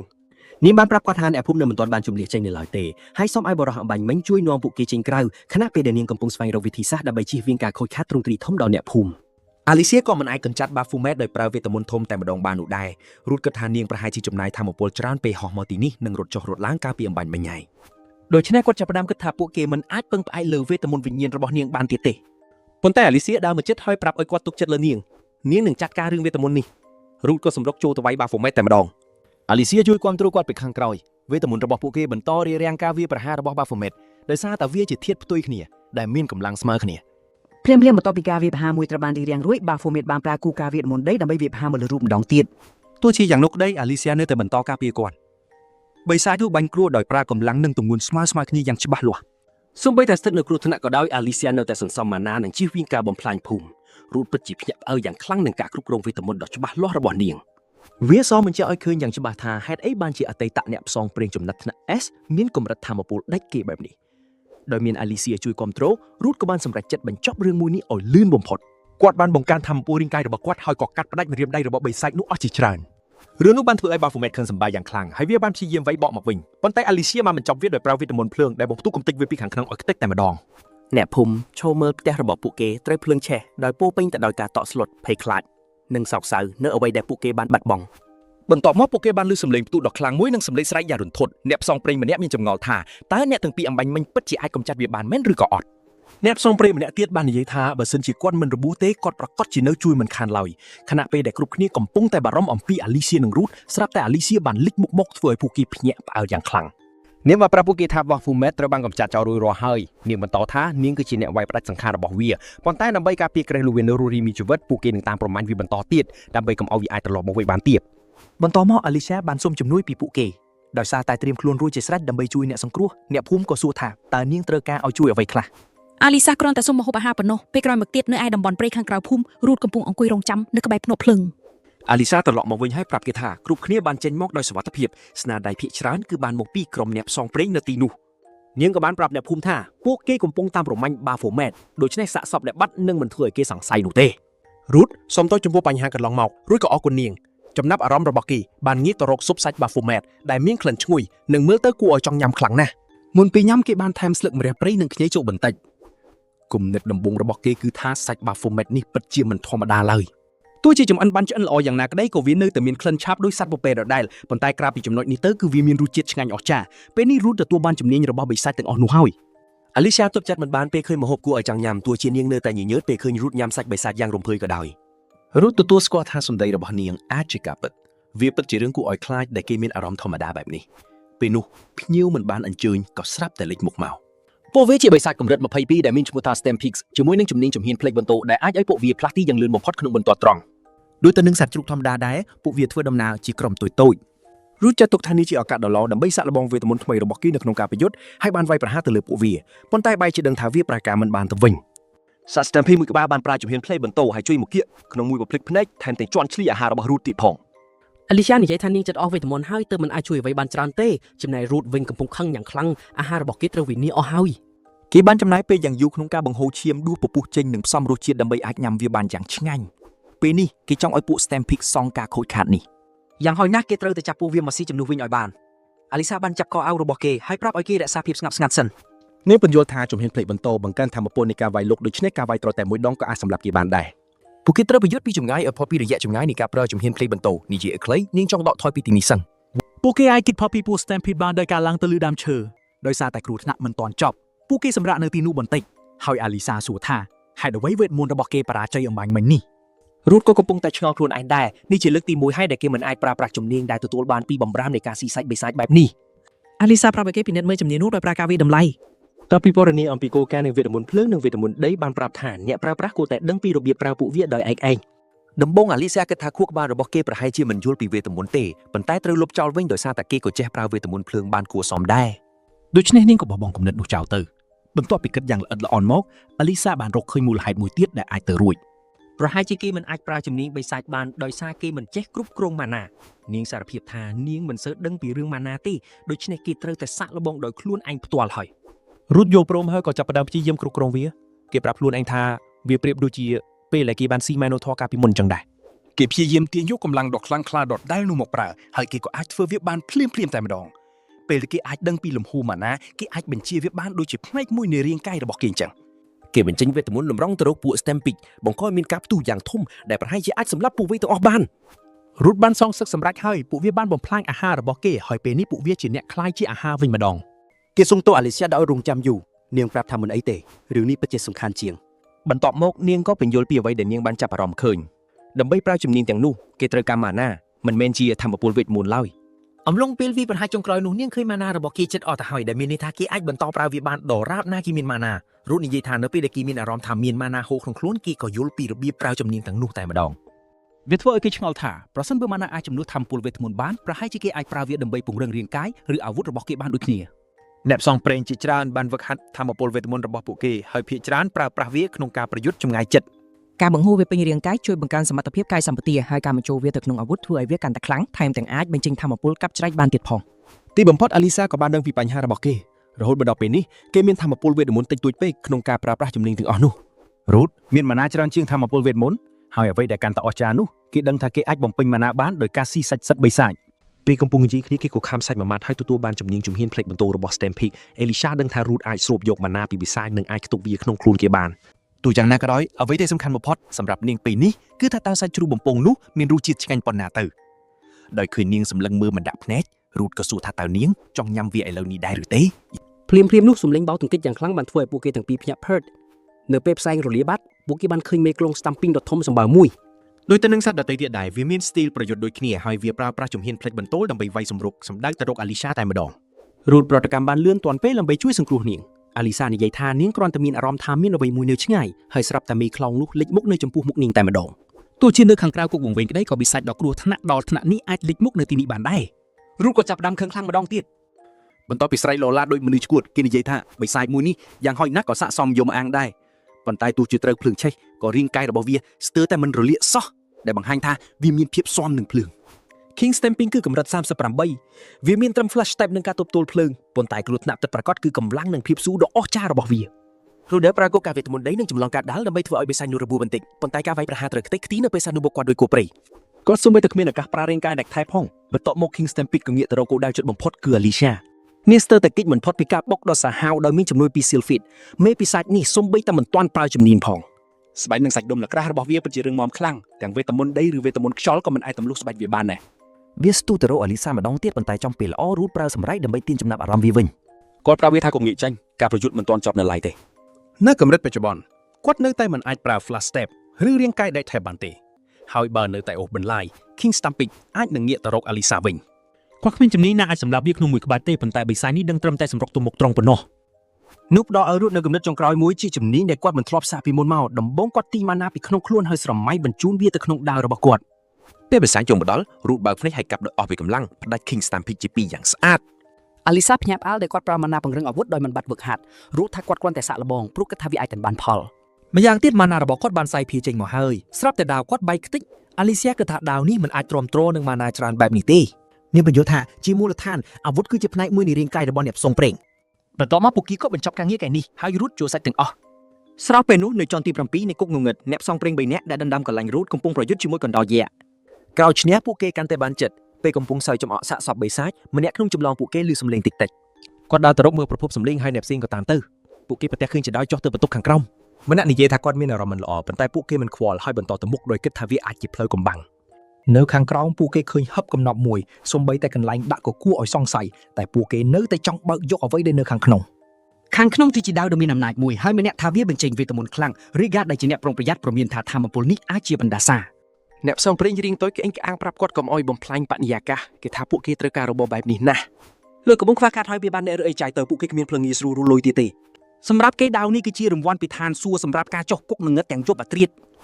ក្រោយនិយាយពីអ្នករើអីចាយនោះរីគាត់បញ្ជាក់ថារត់កំពុងដើរលេងជាមួយស្រីស្អាត F ម្នាក់ ពីអ្នកទៀតសាច់ចង្អុលឲ្យរូតដែលភ្លេចតួខ្លួនពេលពួកគេរៀបចាញ់ទៅប៉ុន្តែ Rigert នៅតែសម្លឹងមើលហូបនោះ ត្រឡប់មកទីក្រុងព្រំដែនបូឡូណាវិញរូតនិងអាលីស៊ីទៅទិញអាវុធថ្មីសម្រាប់គាត់ ពួកគេឈប់នៅ Minus Hammer ជាកន្លែងស្លដៃរបស់ដូមដែលជាជាងអាវុធចំណានដូមភ្ញាក់ដល់ពេលឃើញដាវខ្លួនឯងបែកខ្ទេចបែបនេះ គាត់ថាកំណាងសុទ្ធមិនអាចធ្វើឲ្យវាបែបនេះទេហើយសួររូតថាបានបញ្ចូលអ្វីទៅក្នុងដាវនេះ Alicia លួចសួរថាតើគួរប្រាប់គាត់ឬអត់តែរូតថាប្រាប់ចោះគាត់ស្គាល់ដូមយូរហើយនឹងទុកចិត្តថាគាត់មិនមាត់ធំទេ ដូច្នេះរូក៏ប្រាប់រឿងទាំងអស់ការស៊ីបិសាចការបានសមត្ថភាពនិងការបញ្ចូលម៉ាណាទៅក្នុងដាវ Alicia សួរថាហេតុអីឌុំហាក់មិនភ្ញាក់ផ្អើលឌុំលើកស្មាហើយនិយាយថាបើរូតញ៉ាំទៅឆ្ងាញ់អ្វីដែលគេញ៉ាំគឺជារឿងរបស់គេហើយ គាត់យល់ព្រមវាដាវដែលអាចទ្រាំទ្រនឹងការកាប់បញ្ចូលម៉ាណាបានទូវាត្រូវការពេលព្រោះគាត់ត្រូវរកវិធីធ្វើវាសិន ពេលរូតសួរថាត្រូវការអ្វីដូមថាត្រូវការត្បូងវេទមន្តកម្រិតខ្ពស់រូតក៏ទាញត្បូងពីសត្វមីណូតសត្វ General Lizard និង Baphomet ដែលគាត់បានយកឈ្នះចេញមក គេបែបនេះដូមដឹងភ្លាមថារូតខ្លាចជាខ្លាំងប៉ុណ្ណារូតអៀននឹងការសរសើរនេះ ដូមហុចដាវអខ្ចីមួយហើយព្រមានកុំឲ្យបញ្ចូលវេទមន្តទៅក្នុងវាម្ដងទៀតបើគាត់ធ្វើវាបាយទៀតដូមថាគាត់នឹងត្រូវសងជាមិនខាន បន្ទាប់មករូតនិងអាលីស៊ីទៅញ៉ាំអីនៅ Full Belly Restaurant ដែលអាលីស៊ីស្នើឲ្យជៀសវាងការវាយប្រហារដោយវេទមន្តមួយរយៈ នេះបន្ថែមថានាងសប្បាយចិត្តដែលបានជួបមិត្តភក្តិម្នាក់របស់រូតទោះបីការជួបនេះរៀងមានរឿងឆាំបន្តិចក៏ដោយ ពេលរូតលេងសើចពីអារម្មណ៍សោកសៅដែលជាអ្នកឯកោអ្នកផ្សងព្រេងទាំង3ក៏ដើរមកហើយសុំចូលរួមជាមួយពួកគេ អាលីសាសួរថាមានបញ្ហាអីឬក៏បបួលពួកគេប្រកួតផឹកយ៉ាងក្លាហាន រ៉ាន់ដូដែលកាន់ដាវពីគុកងងឹតស្រាប់តែឌូខ្ពុកលើទុករបស់រូតអាម្នាក់ដែលក្អេងក្អាងសម្លឹងមើលគេទាំងងឿងឆ្ងល់ហើយសួរថាស្រវឹងមែន រួចគេក៏ឃើញដាវនោះបញ្ចេញពន្លឺពណ៌ក្រហមងងឹតគេស្មានថារ៉ុនដូលក់វាបាត់ហើយពេលឃើញនៅទីនេះគេក៏ភ្ញាក់ព្រឺត រ៉ុនដូស្រាប់តែងើបឡើងវិញហើយវាប្រហារគេធ្វើឲ្យបុរសនោះរបួសកាន់តែធ្ងន់ដោយសារបណ្ដាសាដាវចូលសន្ធិដ្ឋរ៉ុនដូក៏ងាកទៅរកអាលីសា រូតលូនចូលទៅរៀបរៀងការវាយប្រហារជាមួយដាវដែលខ្ចីគេនោះគាត់មិនដឹងសោះថាមានរឿងអីកើតឡើងចំពោះរ៉ុនដូអ្នកញ៉ាំអីនៅក្បែរនោះខឹងសប្បាយយ៉ាងខ្លាំងនឹងភាពរញ៉េរញ៉ៃដែលគេបង្កើតពួកគេជាច្រើនអ្នកស្ទុះជួលទៅហើយព្យាយាមចាប់សង្កត់ដៃរ៉ុនដូអាលីសៀវាចង់ប្រើវេទមន្តដើម្បីប្រជុំគេប៉ុន្តែដោយសារវាអាចនឹងបាញ់ទម្រូជញ្ជាំងខ្ទេចនាងក៏ងាកទៅសុំតួអ្នកគ្រប់គ្រងហាងជាមុនសិន ទោះត្រូវវេទមន្តធ្ងន់របស់អាលីសៀក៏ដោយរ៉ុនដូនៅតែក្រោកឈររួចរូតសួរថាតើនាងវាយបន្ធូរដៃឬអត់អាលីសៀតបថាគ្មានអ្នកផ្សងព្រេងធម្មតាណាអាចកម្រើបានទេពេលត្រូវវេទមន្តនេះពេលរ៉ុនដូសម្រុកចូលម្ដងទៀតរូតស្ទុះទៅវិញស្កាត់ដើម្បីកុំឲ្យគេបំផ្លាញកន្លែងនេះតទៅទៀតអាលីសៀប្រាប់អ្នកគ្រប់គ្រងឲ្យជួយព្យាបាលអ្នករបួសប្រសិនបើគាត់ចេះវេទមន្តព្យាបាល ដោយប្រើជំនាញវាយតម្លៃរូតពិនិត្យស្ថានភាពរបស់រ៉ុនដូហើយឃើញភាពឈួតលីលាកន្លែងដែលគួរតែធម្មតានេះមិនមែនជារ៉ុនដូពីមុនទេឥឡូវធម្មពលរបស់គេឡើងខ្ពស់ខ្លាំងណាស់អាលីសាប្រមូលធម្មពលវេទមន្តម្ដងទៀតហើយប្រាប់ឲ្យរូតថយចេញលើកនេះនាងវាយអស់ដៃតែម្ដងប៉ុន្តែដាវនោះបានស្រូបយកការវាយប្រហារទាំងអស់អាលីសាដឹងថាដាវនោះមានបណ្ដាសាហើយរឿងរ៉ាវក៏កាន់តែចម្លែកឡើងហាក់ដូចជារ៉ុនដូកាន់តែខ្លាំងពេលស្រូបបានវេទមន្តបណ្ដាសាដាវនោះក៏ចាប់ផ្ដើមរៀលដាល់ពេញដៃរបស់គេតែម្ដង រ៉ុនដូលោតទៅកាប់រូតហើយទោះបីជារូតរងជាប់ក៏ដោយក៏ទម្ងន់ដៃវាធ្ងន់ជាងមុនឆ្ងាយណាស់រូតសម្លឹងឃើញចន្លោះប្រហោងក៏កាប់ជើងគេមួយដាវតែសរសៃពណ៌ក្រហមខ្មៅបានផ្សះមុខរបួសនោះយ៉ាងលឿន អាលីសាក៏មិនអាចជួយគេដោយប្រើវេទមន្តបានដែរព្រោះដាវនោះអាចនឹងស្រូបយកវាម្ដងទៀតដូច្នេះនាងសម្រាប់ចិត្តរងចាំឱកាសល្អមួយដើម្បីបិទបញ្ចប់រឿងនេះពេលដែលអាលីសានិងរូតរៀបនឹងសម្រាប់រ៉ុនដូទៅហើយនោះរីហ្គតក៏លេចមុខចេញពីជញ្ជាំងបាក់បែកហើយអង្វរពួកគេកុំឲ្យសម្រាប់មិត្តរបស់ខ្លួន គេសារភាពថាធ្លាប់ធ្វើអាក្រក់ដាក់រូតមែនប៉ុន្តែសម្រាប់មនុស្សបារាជ័យនឹងចេះតែមើលងាយអ្នកខ្សោយដូចជាគេម៉ាក់នើសនឹងរ៉ុនដូគឺជាអ្វីគ្រប់យ៉ាង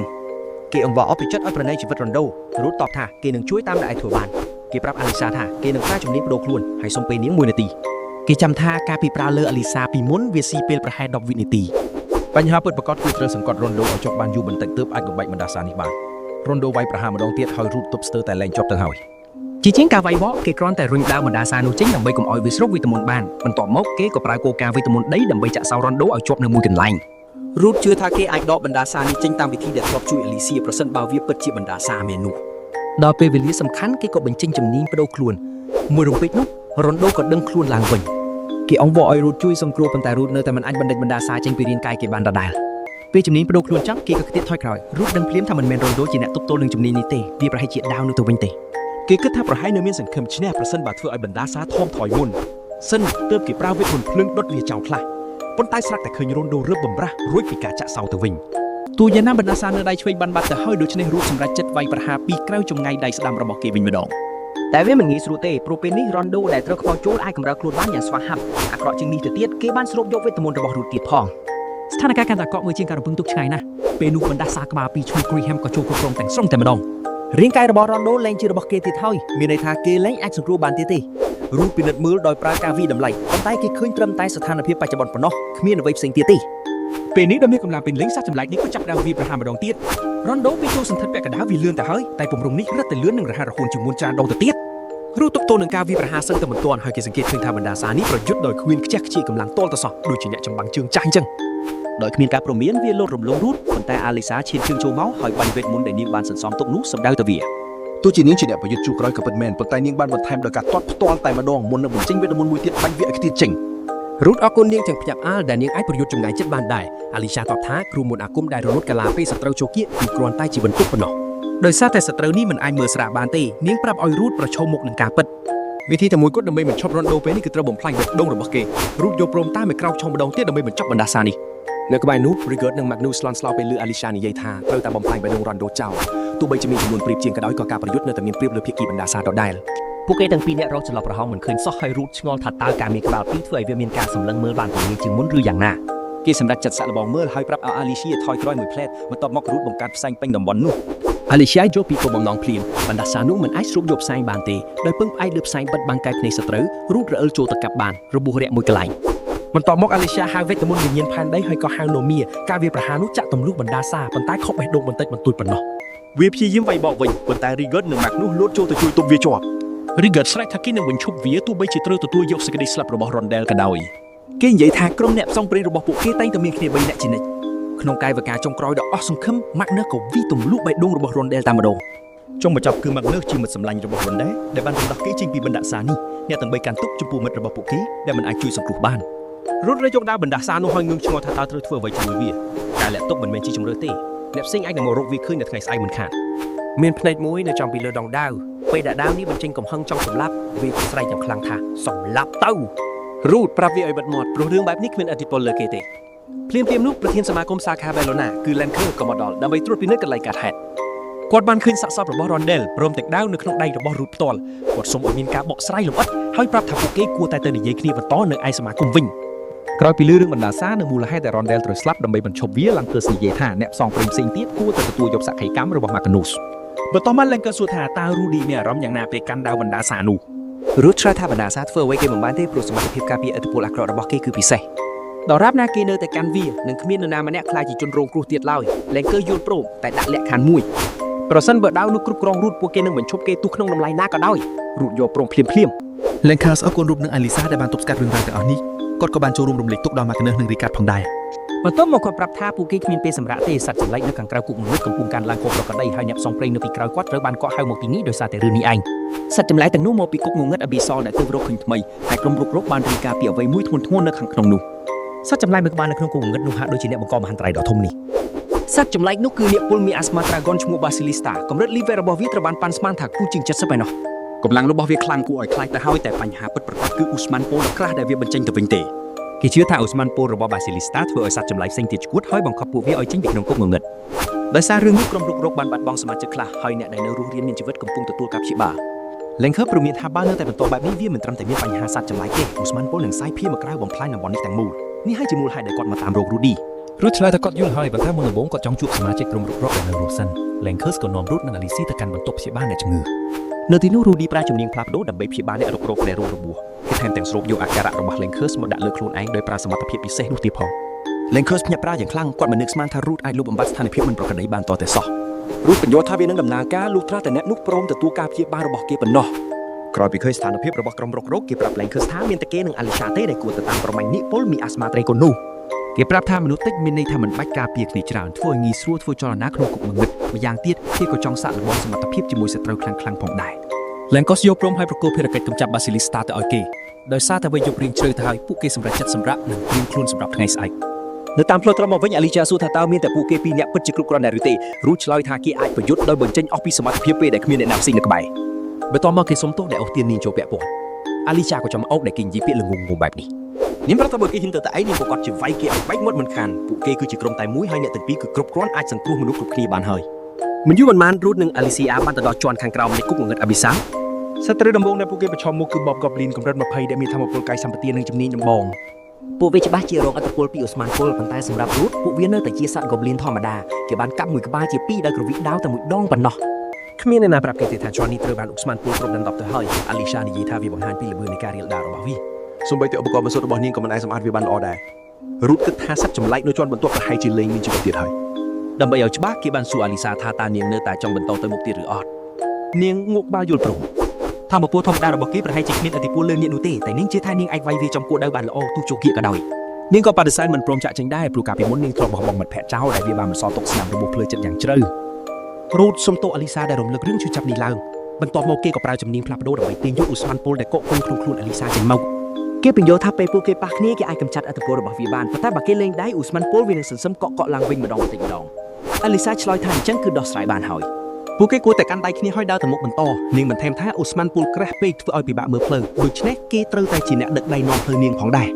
គួរដើរនៅត្រឹម5ជាន់ខាងក្រោមដូច្នេះពួកគេក៏បន្តចូលទៅកាន់តែជ្រៅ មិនយូរប៉ុន្មានពួកគេទៅដល់ជាន់កណ្ដាលនៃគុកងងឹតអភិសរដែលអូស្មန်ពុលកាន់តែក្រាស់ឡើងរាល់ជំហានដែលដើរដោយប្រើជំនាញរលកសម្លេងរូតក៏រកឃើញសត្វចម្លែកពីរក្បាលនៅខាងមុខ អាលីសាទៀតថាសត្វរស់ក្នុងអូស្មန်ពុលនេះបានច្បាស់ជាខ្លាំងហើយរូតបន្ថែមថាវាជាសត្វដែលគេមិនធ្លាប់ជួបពីមុនមក ទោះបីជាមានផ្លូវផ្សេងក៏ដោយរូតនៅតែចង់វាយពួកវាដដែលអាលីសាសួរថាមូលហេតុអីឬមួយក៏គេចង់ស៊ីពួកវានេះទៀតហើយមែនទេ គេរីអន់ចិត្តហើយឆ្លើយថាមកពីចង់ដឹងចង់ឃើញទេគេក៏ចង់សាក់លបងដៅបណ្ដាសាក្រាមនេះមុនពេលទៅតតាំងជាមួយអ្នកពលមានស្មាត្រាកនដែរ សត្រូវទាំងនោះគឺ Rolling Beetle កម្រិត33ដែលមានជំនាញពិសេសជាច្រើន ពួកវាមានជំនាញខ្លួនដៃជំនាញបង្វិលការពារជាតិពុលការពារអ៊ូស្មានពុលនិងការពារអាការៈស្ពឹកជាដើមទើបអ៊ូស្មានពុលនេះធ្វើអីពួកវាមិនបាន ពេលការប្រយុទ្ធចាប់ដើមរូបប្រើប្រាស់គោលការណ៍វេទមន្តនេះដើម្បីកំទេចផ្ទៃដីខាងក្រោមពួក Rolling Beetle ថាវាមិនបានផលសោះ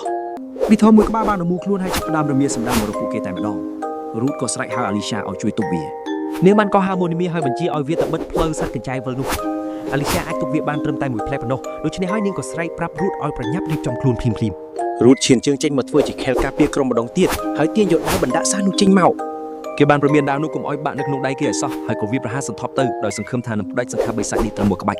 មុខដើមមកខ្លាំងណាស់រូតអាចកាត់ដាច់របាំងថ្មដែលនូមីបានបង្កើតប៉ុន្តែសត្វកញ្ចែនោះនៅតែរស់រានមានជីវិត ស្រកាវាពិតជារឹងមាំខ្លាំងណាស់ដែលសូម្បីតែដាវបណ្ដាសាក៏មិនអាចកាត់ចូលជ្រៅបានល្អនោះដែរដោយឃើញដូច្នេះរូតគិតថាដាវនេះត្រូវការធម្មពលបន្ថែមទៀតទើបគេសុំឲ្យអាលីស៊ីយ៉ាជួយបញ្ចូលធម្មពលវេទមន្តទៅក្នុងអាវុធនេះ ពេលដែលអ្នកសងព្រេងចំណុច S បញ្ចូលវេទមន្តទៅក្នុងដាវវាបានបញ្ចេញថាបពុពិតហើយកំទេចសត្វកញ្ចែនោះក្នុងពេលត្រឹមប្រមាណវិនាទី ពេលឃើញដៃគូរបស់វាស្លាប់សត្វកញ្ចែទី2ក៏ចាប់ផ្ដើមញាប់ញ័រដោយក្តីភ័យខ្លាចរូតក៏បានបញ្ចប់ជីវិតមួយក្បាលនោះដោយការវាយប្រហារតែមួយក្បាច់ដូចគ្នា គេបានសរសើរការគ្រប់គ្រងវេទមន្តដ៏ល្អឥតខ្ចោះរបស់អាលីសាហើយខណៈពេលដែលពួកគេកំពុងអបអរជ័យជំនះគេក៏ចាប់ដៃនាងម្ដងទៀតរួចប្រើជំនាញជំនួសដើម្បីទាញយកអ៊ូស្មានពុលនោះចេញមក បន្ទាប់មកគេក៏សុំពេលវេលាបន្ថែមបន្តិចទៀតការស្រូបយកវេទមន្តតាមរយៈដាវមិនបានស្តាមម៉ាណារបស់គេឡើងវិញទេដូច្នេះហើយពេលនេះគេចង់យកសាកសពបិសាចទាំងនោះមកស៊ី គេបានចម្អិនសត្វកញ្ចែវិលទាំងនោះហើយចាប់ផ្ដើមញ៉ាំពេលកំពុងញ៉ាំអាលីសាក៏សួរថាតើអារម្មណ៍នៃការប្រើដាវបណ្ដាសានេះវាយ៉ាងម៉េចដែរ រូតនិយាយថាបន្ទាប់ពីវាស្រោបវេទមន្តគ្រប់គ្រាន់ធម្មពលកាយសម្បត្តិរបស់គេក៏កើនឡើងយ៉ាងខ្លាំង អាលីឆាគិតថាប្រសិនបើគេនៅតែបន្តផ្ដល់ម៉ាណាឲ្យវានឹងមិនបាច់បាក់ដូចជាដាវចាស់របស់គេឡើយ បន្ទាប់មកគេឆ្ងល់ថាតើវានឹងមានប្រសិទ្ធភាពកម្រិតណាពេលតទៅជាមួយនាងអ៊ូស្មានពុលដែលសាក់សេប្រាប់ថាវាមានទំហំពុនដើមឈើទៅហើយនោះ ទោះជាយ៉ាងណាគេទទួលស្គាល់ថាបាវចាស់របស់គេមានទម្ងន់ធំជាងពេលវាប្រហារម្ដងស្រាប់តែពេលនោះដាវបណ្ដាសាក៏ចាប់ផ្ដើមទាមទារចង់បានអ្វីមួយដោយក្តីឆ្ងល់រូតក៏សួរថាតើវាចង់ស៊ីសាច់មែនទេ ដាវនោះបានឆ្លើយតបយ៉ាងច្បាស់ថាវាចង់បានត្បូងវេទមន្តមួយរូតក៏ទាញមួយគ្រាប់ចេញពីកាបូបហើយលាជាមួយនឹងឈាមរបស់គេបន្តិចមុននឹងហុចវាទៅឲ្យដាវនោះ ដាវនោះបានត្របាក់ត្បូងវេទមន្តហើយក៏រីកធំឡើងយ៉ាងលឿនដែលធ្វើឲ្យពួកគេទាំងពីរភ្ញាក់ផ្អើលយ៉ាងខ្លាំង អាលីសាសួរថាតើគេដឹងថាវាចង់បានអ្វីដោយរបៀបណាហើយរឌីប្រាប់ថាដាវនេះបាននិយាយចូលទៅក្នុងគំនិតរបស់គេផ្ទាល់តែម្ដង គេទាថាវាប្រហែលជាខឹងព្រោះគេថាយកវាទៅប្រៀបថាខ្សោយរូឌីប្រាប់អាលីសាថាពេលនេះគេស្ទើរតែយល់ច្បាស់អំពីរបៀបប្រើប្រាស់ដាវបណ្ដាសានេះទៅហើយ ពួកគេបានធ្វើដំណើរយ៉ាងរលូនហើយនៅសល់តែមួយជាន់ទៀតប៉ុណ្ណោះនឹងដល់កន្លែងដែលបាស៊ីលីស្តាត្រូវគេឃើញចុងក្រោយ ភ្លាមនោះពេលកំពុងតែនិយាយដើមពួកគេក៏លឺសូរសម្រែកនេះសម្លេងនោះក៏ក្រើកខ្លាំងពេករហូតធ្វើឲ្យប៊ីដានចាប់ផ្ដើមប្រេះស្រាំហើយបាក់ចុះមក រូតថាពួកគេគួរតែទប់វាដោយវេទមន្តដីប៉ុន្តែអាលីសាបានបដិសេធគំនិតនេះ ប្រសិនបើពួកគេគិតតែពីការពារខ្លួនកម្មចន្ទអាចនឹងត្រូវគាត់បាត់ហើយពួកគេនឹងបាត់បង់ឱកាសចុះទៅរកអ្នកនោះជាមិនខាន ដោយគ្មានជំរឿនល្អជាងនេះនាងក៏សម្រេចចាត់វាយទម្លុះកម្រាលឥតដែលកំពុងបាក់ហើយរួបផ្លូវចុះទៅកាន់ជាន់របស់បាស៊ីលីស្តាតែម្ដង បន្ទាប់ពីការធ្លាក់ដល់កក្រៅពួកគេនៅរស់រានមានជីវិតពួកគេព្យាយាមតាំងស្មារតីវិញប៉ុន្តែភាពងងឹតនៅទីនេះពិតជាក្រាស់ខ្មឹកពេកហើយរូបប្រាជំនាញស្វែងរកកម្ដៅហើយក៏រកឃើញប្រភពនៃអបនោះវាគឺជានាងអ៊ូស្មានពុលបាស៊ីលីស្តានេះឯងគេប្រាប់ថាវាមានកម្រិត70ប៉ុន្តែតាមពិតវាមានកម្រិតដល់ទៅ75ឯណោះ វាមានគ្រប់លក្ខណៈពិសេសទាំងអស់គ្រាន់តែរៀងយឺតបន្តិចតែមានឈាមជាង500ព្រមទាំងមានជំនាញកម្រនិងគ្រោះថ្នាក់ជាច្រើនទៀតផង រូតក៏សង្កេតឃើញថាជង្គង់និងក្រញាំរបស់វាសុទ្ធតែមានពឹសកាន់តែអាក្រក់នោះញាតិនោះបានឃើញពួកគេបាត់ទៅហើយត្រឹមចំណុចនេះក៏ធ្វើឲ្យពួកគេទាំងពីរភ័យបាក់សក់ទៅហើយ អាលីសាសួរថាវាស៊ាំនឹងវេទមន្តអ្វីខ្លះហើយរូតថាភ្លើងដីរន្ទះនឹងភាពងងឹតមិនមានប្រសិទ្ធភាពទេដូច្នេះនាងក៏បដូរទៅប្រើវេទមន្តផ្សេងវិញនេះអ៊ូស្មានពុលក្រហមម្ដងទៀតប៉ុន្តែលើកនេះពួកគេបានត្រៀមខ្លួនរួចជាស្រេចរូតចង់ឈរមើលសិនដើម្បីសិក្សាពីការវាយប្រហាររបស់វាប៉ុន្តែការប្រយុទ្ធនេះលឿនពេកហើយគេក៏មិនដឹងថាអាលីសៀអាចទប់ទល់នឹងអ៊ូស្មានពុលដ៏ក្រាស់នេះបានយូរប៉ុណ្ណាដែរដូច្នេះគេក៏សម្រេចចិត្តបញ្ចប់វាឲ្យបានលឿនបំផុតដូចជាអ្នកពិតប្រាកដអញ្ចឹងបាស៊ីលីស្តាបានព្រោះភ្លើងសឹងតែត្រូវរូតទៅហើយប៉ុន្តែគេគេចផុតដោយប្រើជំនាញជំហានភ្លេងបន្ទោកម្លាំងផ្ទុះនោះខ្លាំងរហូតអាចរំលាយកម្រាលដីនិងថ្មលើក្បែរនោះបានយ៉ាងងាយពីខាងក្រោយអាលីសាបានហៅស៊ីហ្វីតឲ្យប្រើវេទមន្តខ្យល់ដើម្បីរុញរូតឲ្យហោះត្រង់ទៅរកនាគនោះដោយផ្លាស់ទីក្នុងល្បឿនស្ទើរតែស្មើនឹងសម្លេងរូតអាចឈោតស្បែកវាបានបន្តិចប៉ុន្តែមុខដាវនៅតែមិនអាចចាក់ទម្លុះស្បែកដ៏ក្រាស់របស់នាគនេះបានឡើយគេដឹងច្បាស់ថាដាវនឹងវេទមន្តរបស់គេមិនអាចធ្វើអ្វីវាបានទេសូម្បីតែវេទមន្តវិញ្ញាណរបស់អាលីសាក៏មិនអាចជួយអ្វីបានដែរនាគនោះមិនមានរបួសសម្បែកតែបន្តិចខណៈពេលពួកគេកំពុងគិតពីជំហានបន្ទាប់នាគនោះក៏បាក់កន្ទុយឲ្យបាញ់បន្លាស្រួចសម្ដៅមករកពួកគេតែម្ដងរូតរៀបរៀងវាដោយប្រើជំនាញរាងកាយដៃថែបរីឯអាលីសាទុកដោយវេទមន្តវិញ្ញាណពួកគេចាប់ផ្ដើមគិតរកវិធីដើម្បីយកឈ្នះសត្វចម្លែកមួយនេះការការពាររបស់វាពិតជាសាហាវណាស់ហើយវាថែមទាំងអាចវាយប្រហារពីចម្ងាយបានទៀតអាលីសាប្រាប់រូតឲ្យជួយទិញពេលវេលាឲ្យនាងបន្តិចនាងរៀបនឹងបញ្ចេញក្បាច់ពិសារបស់នាងហើយខណៈពេលនាងកំពុងរៀបចំរូតប្រើវេទមន្តដីឲ្យបន្តជួយវាយគេគិកដោយព្យាយាមធ្វើឲ្យវារមួឲ្យបានច្រើនតាមដែលអាចធ្វើបានគេវាយប្រហារនាគផងនឹងជួយការពារអាលីសាផងដែរនាងបានបើកចំហខ្លួនឯងទាំងស្រុងដោយទុកចិត្តលើគេ 100% តែម្ដងដើម្បីតបស្នងដល់គេនាងបានប្រមូលម៉ាណាទាំងអស់បញ្ចូលទៅក្នុងក្បាច់មួយនេះនាងក៏ហៅវិញ្ញាណធាតុទាំងអស់មានដូចជាសាឡាមអឺដាល់ណូមៀនិងវ៉ាគៀនហើយបន្តប្រមូលធម្មពលវាប្រហាររបស់នាងឡើង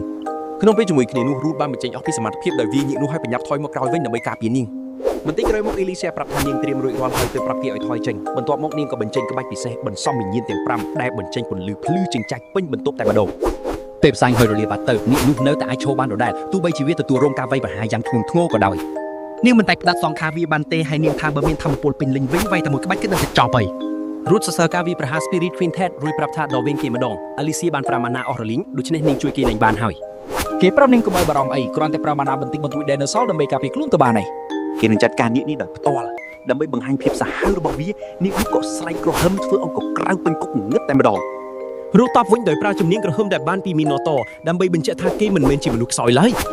មុននេះក៏បានស្រូបយកវេទមន្តខ្មៅដែលវាយប្រហារអាលីឆាដែលវាពោពេញដោយម៉ាណាពេលនេះរូតកំពុងតែមានកម្លាំងពេញខ្លួនតែម្ដងដោយក្តីជឿជាក់គេស្ទុះទៅកាប់ទម្លុះស្រកានៅលើដៃរបស់វា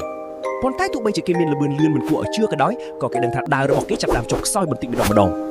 ម៉ាណាដែលគេបានស្រូបយកកំពុងតែថយចុះពេលរូតចាប់ផ្ដើមយឺតនាគនោះក៏វាយប្រហារគេដោយរលកមាសស្មាតែម្ដងគេអាចទប់ទល់នឹងនាគអាស្មាបានតែទំហំនៃរលកនោះនៅតែធ្វើឲ្យគេខ្ទាតថយក្រោយបន្ទាប់មកនាគនោះក៏បោកកន្ទុយឲ្យបាញ់បន្លាស្រួយសម្ដៅទៅរូតក្រោយពីមើលទិសដៅរបស់វាគេដឹងថាគេអាចគេចពីបន្លាទាំងនោះបានប៉ុន្តែមិនអាចគេចពីការវាយប្រហារបន្ទាប់របស់នាគបានទេទោះបីជាសឹងតែគ្មានអាការរួចគេនៅតែប្រើ flash step ដើម្បីគេចចេញពីកន្លងវាយប្រហាររបស់វាតែវានៅមិនតគ្រប់គ្រាន់ទេនាគនោះនៅតែអាចវាយខ្វាយគេបានប៉ុន្តែរូតបានបញ្ចេញជំនាញ steel body មុនពេលកញ្ញាំនោះមកដល់ទោះជាយ៉ាងណាការវាយប្រហារនោះធ្វើឲ្យគេហោះទៅបោកនឹងជញ្ជាំងម្ខាងទៀតគេបានកាក់នាយចម្ងាយយ៉ាងល្អហើយតែនាគនោះនៅតែមានកម្លាំងខ្លាំងជាងគេឆ្ងាយណាស់ក្នុងពេលដ៏តច្រកនេះរូតនឹកឃើញដល់ពេលវាយជាមួយមីណូថរដែលជាពេលគេរៀបនឹងស្លាប់ម្ដងរួចមកហើយប៉ុន្តែពេលនេះគេមិនដូចមុនទៀតទេលើកនេះគេមិនព្រមចូលចាញ់ឡើយហើយក៏ក្រោកឈរតទល់ម្ដងទៀតពេលនេះដូចត្រៀមព្រុសភ្លើងរូតសម្រាប់ចិត្តឈប់កិច្ចទៀតហើយបើនៅតែបន្តវាយបន្លាយពេលគេដឹងច្បាស់ថាគេនឹងចាញ់មិនខានគេបញ្ចេញជំនាញគ្រប់គ្រងសរសៃអំបោះហើយប្រើវាដូចជាចំពាមកស៊ូបន្ទាប់មកគេក៏បាញ់ខ្លួនឯងតម្រង់ទៅរកនាគនោះតែម្ដងនាគមានស្មាតបតវិញដោយការព្រួសភ្លើងដ៏សន្ធោសន្ធៅរូតមិនអាចបញ្ឈប់កម្ដៅរបស់វាបានទេប៉ុន្តែគេអាចស្រូបយកម៉ាណានៅខាងក្នុងវាបានគេសង្ឃឹមថាបើជំនាញធន់នឹងភ្លើងអាចឲ្យគេរស់បានគេនឹងអាចបញ្ចូលម៉ាណាខ្លួនឯងទៅក្នុងអាវុធបូកផ្សំជាមួយម៉ាណាដែលគេបានសន្សំទុកហើយបញ្ចេញវាទាំងអស់ក្នុងការកាប់តែម្ដងគត់ដង្ហើមភ្លើងរបស់នាគចាប់ផ្ដើមដុតរលាកស្បែករបស់គេហើយនៅវិនាទីចុងក្រោយអាលីសាប្រើវេទមន្ត Dinosaur បន្តិចបន្តួចរបស់នាងបង្កើតជាទឹកស្រោទៅលើរូតដើម្បីការពារគេពីកម្ដៅនោះពេលបានឱកាសភ្លាមគេក៏វាយលុកតែម្ដងក្បាច់ចុងក្រោយរបស់រូតគឺការកាប់មួយដាវដើម្បីវះសត្រូវជាពីរហើយលើកនេះវាពិតជាបានផលមែនរូតស្ទើរតែឈួលlênនឹងទៅហើយគេអាចនិយាយបានតិចតួចទៅកាន់អាលីសាប៉ុណ្ណោះពេលនាងព្យាយាមជៀសបាគេប្រាប់នាងកុំឲ្យប្រឹងពេកអីគេបញ្យល់ថាគេមានជំនាញមួយឈ្មោះថា Bloodlust ដែលអាចជួយសង្គ្រោះកម្លាំងគេបានខ្លះគេទទួលបានវាពីគុកងឹតដែលលាក់កំបាំងក្រោយពីបានកម្លាំងមកវិញខ្លះគេនិងអាលីសាក៏ទម្លាក់ខ្លួនសម្រាប់មួយភ្លែតសិនអ្នកទៅពីពិតជារំភើបនៅផ្ទះប្រដែលពួកគេអាចសម្លាប់អ្នកមានអាស្មានេះបានអាលីសានិយាយថានេះគ្រាន់តែជាការចាប់ផ្ដើមប៉ុណ្ណោះពួកគេនៅមានដំណាប់ផ្សងព្រេងច្រើនទៀតនៅខាងមុខការដែលលឺអ្នកប្រយុទ្ធកម្រិត S និយាយពីការផ្សងព្រេងជាមួយគេបែបនេះធ្វើឲ្យរូតនឹកឃើញដល់អ្នកផ្សងព្រេងដែលធ្លាប់ជួយសង្គ្រោះគេកាលពីនៅក្មេងវីរបុរសម្នាក់នោះពិតជាខ្លាំងជាងគេពេលនេះទៅទៀតដោយសពដងរូតបានហូបសាច់បិសាចខ្លះហើយពួកគេក៏សម្រេចចិត្តបន្តទៅកាន់ជាន់ជ្រៅបំផុតនៃគុកងងឹតនៅជាន់ក្រោមបង្អស់ពួកគេបានរកឃើញស្នូលរបស់គុកងងឹតនោះអាលីសាប្រាប់ថាមានអ្នកផ្សងព្រេងតិចតួចណាស់ដែលធ្លាប់បានឃើញវានាងក៏បានបញ្យល់ដែរថារង្វង់វេទមន្តនៅពីមុខវានោះអាចបញ្ជូនពួកគេត្រឡប់ទៅច្រកចូលវិញបានភ្លាមសម្លឹងមើលស្នូដែលកំពុងភ្លឺនោះអាលីសានិយាយថាវាជារឿងធម្មតាទេដែលគេទុកវានៅដដែលទោះបីជាវាយឈ្នះគុកងងឹតហើយក៏ដោយ ធ្វើបែបនេះគេអាចត្រឡប់មករកវត្ថុធាតុដើមដែលមិនអាចរកបាននៅខាងក្រៅហើយអាចចាក់ចេញពេលណាក៏បាន ប៉ុន្តែរូតមិនចង់ឲ្យអ្នកនោះរស់ឡើងវិញទេហើយតារាបណា Snow នេះនៅតែមានវានៅតែអាចកើតឡើងបាន គេឆ្លងកាត់ការលំបាកសឹងស្លាប់នៅក្នុងគុកងងឹត Abilio ក៏ពិតមែនតែដោយសារវាទៅភ្លើតទៅកាន់ក្តីសម័យរបស់គេបើកចំហដូច្នេះគេក៏បំផ្លាញ Snow នោះចោលតែម្ដង ត្រឡប់មកទីក្រុងបូឡូណា Maggie ជាមួយ Lenker សួររកដំណឹងរបស់ Ruth និង Alisa គេប្រាប់គាត់ថានៅមិនទាន់មានរបាយការណ៍ពីការត្រឡប់មកវិញរបស់ពួកគេទេ ក្នុងចិត្តរបស់ Lenker គាត់ដឹងថា Ruth មានឈ្មោះល្បីមិនល្អថាជាអ្នករើសអេតចាយម៉ៃចាស់ស្មាទេសម្រាប់អ្នកផ្សងព្រេងកម្លាំងគឺជាអ្វីៗទាំងអស់ ទោះបីជា Lenker ចូលអន្តរាគមន៍ក៏ដោយក៏វាមិនប្រកាសថាអាចកែប្រែអ្វីបានដែរហើយបើត្រឹមប៉ុណ្្នឹងអាចធ្វើឲ្យ Ruth បោះបង់ក្តីស្រមៃបាននោះប្រហែលជាផ្លូវរបស់គេមានត្រឹមនឹងហើយមើលទៅ ខណៈដែល Lenker កំពុងតែគិតស្រាប់តែគាត់ទទួលបានដំណឹងថា Ruth និង Alicia បានត្រឡប់មកវិញតាមរយៈរង្វង់វេទមន្ត របាយការណ៍បញ្ជាក់ថាពួកគេសម្លាប់នាគមីអាស្មាបានហើយថែមទាំងបំផ្លាញ Snow គុកគងឹតចោលទៀតផង Ruth និង Alicia ពិតជាធ្វើបានមែន Lenker ពិតជាតក់ស្លុតណាស់ប៉ុន្តែអ្វីដែលលើសពីនេះគឺគាត់រំភើបខ្លាំងតែម្ដង គាត់មិននឹកស្មានសោះថាអ្នកដែលគេហៅថាអ្នករើអេកចាយម៉ៃអាស្មាបែរជាខ្លាយជាអ្នកសង្គ្រោះទីក្រុងបែបនេះគេបានទទួលស្វាគមន៍វីរបុរសទាំងពីរដែលបានជួយបូឡូណាពីការគំរាមកំហែងកម្រិត 75 នៅ Gola ដែលជាទីក្រុងក្បែរ Bologna ឯនោះវិញចៅហ្វាយក្រុងកំពុងតែខឹងសម្បាយ៉ាងខ្លាំងដែល Bologna បានបំផ្លាញគុកងងឹតចោលគាត់ចង់យកវាធ្វើជារបស់ខ្លួនឯងហើយពេលនេះវាទៅលេងរួចហើយប៉ុន្តែចំណិតរបស់គាត់ប្រាប់ថាវាក៏អាចផ្ដល់ប្រយោជន៍ដល់ពួកគេវិញដែរដោយសារ Bologna មិនអាចបដិសេធសិទ្ធិរបស់ Gola លើគុកងងឹតនេះបានពួកគេក៏រើសយកការបំផ្លាញវាចោលជាងប្រគល់វាឲ្យទៅ Gola ដោយសារតែរឿងនេះគេជឿថាពួកគេអាចដាក់សម្ពាធលើ Guild របស់ Bologna ហើយទាមទារសំណងបានចៅហ្វាយក្រុងនោះក៏ពេញចិត្តនឹងគំនិតនេះដែរវាស្ដាប់ទៅចំណេញជាងការដែលពួកគេទៅវាយលុកគុកងងឹតដោយខ្លួនឯងហើយត្រូវបាត់បង់អ្នកផ្សងព្រេងរបស់ខ្លួនទៅទៀត ទោះយ៉ាងណាក៏ដឹងច្បាស់ថា Guild Bologna នឹងមិនព្រមទទួលយករឿងនេះដោយស្ងាត់ស្ងៀមឡើយទីប្រឹក្សានោះបាននិយាយថាគាត់ចង់បង្ហាញ Maggie ឲ្យបានឃើញថាតើនរណាជាអ្នកដែលខ្លាំងជាងគេពិតប្រាកដញាក់មកកន្លែងផ្សេងនេះវិញ Ruth និង Alicia កំពុងតែនៅក្នុងព្រៃជ្រៅហើយ Ruth កំពុងចម្អិនអាហារសត្វចម្លែកតាមទម្លាប់របស់គេដោយលើកនេះគេប្រើសាច់នាគមានស្មាដ៏កម្រក់បំផុត គេបានទុកសាច់មួយចំនួននៅក្នុងកាបូបហើយពេលនេះគេពិតជារំភើបញាប់ញ័រដែលបានភ្លក់របស់កម្របែបនេះគ្រាន់តែមួយម៉ាត់ភ្លាម Ruth លន់មាត់សរសើរមិនដាច់តែម្ដង គេនិយាយថាសាច់ទាំងអស់ដែលគេធ្លាប់ញ៉ាំកន្លងមកគឺមិនអាចប្រៀបធំនឹងសាច់នេះបានឡើយវាមានរសជាតិឆ្ងាញ់ផ្អែមហើយខ្លាញ់របស់វារលាយចូលគ្នាក្នុងមាត់តែម្ដង ស្របពេលតែគេកំពុងតែសរសើរពីរសជាតិ Alicia ចាប់ផ្ដើមស្រក់ទឹកមាត់ទៀតហើយនាងជួក្រកឡើងហើយប្រកាសថាយប់នេះពួកគេនឹងទៅញ៉ាំសាច់អាំងដ៏ល្អឯកហើយនាងចង់ឲ្យ Ruth ជួយរកកន្លែងដែលមានអាហារឆ្ងាញ់បំផុតសម្រាប់ញ៉ាំ Ruth តបថាគេកំពុងតែញ៉ាំនៅឡើយដូច្នេះមិនអាចជួយបានទេពេលនេះ Alicia ក៏វាយបកវិញថាពួកគេត្រូវការព័ត៌មានភោជនីយដ្ឋានជាបន្ទាន់ដូច្នេះគេគួរតែប្រញាប់ញ៉ាំឲ្យលឿនទៅ 4 ថ្ងៃបានកន្លងផុតទៅបន្ទាប់ពីគុកងងឹត Abilio បានដួលរលំ Maggie Lancaster ក៏បានហៅពួកគេឲ្យមកបញ្ចប់របាយការណ៍នេះ ពេលបញ្ចប់រួចរាល់ Lancaster បានផ្ដល់រង្វាន់ដល់ពួកគេចំនួន 1.5 សែនរ៉ាកែន Ruth ពិតជាភ្ញាក់ផ្អើលនឹងចំនួនប្រាក់ដ៏ច្រើននេះណាស់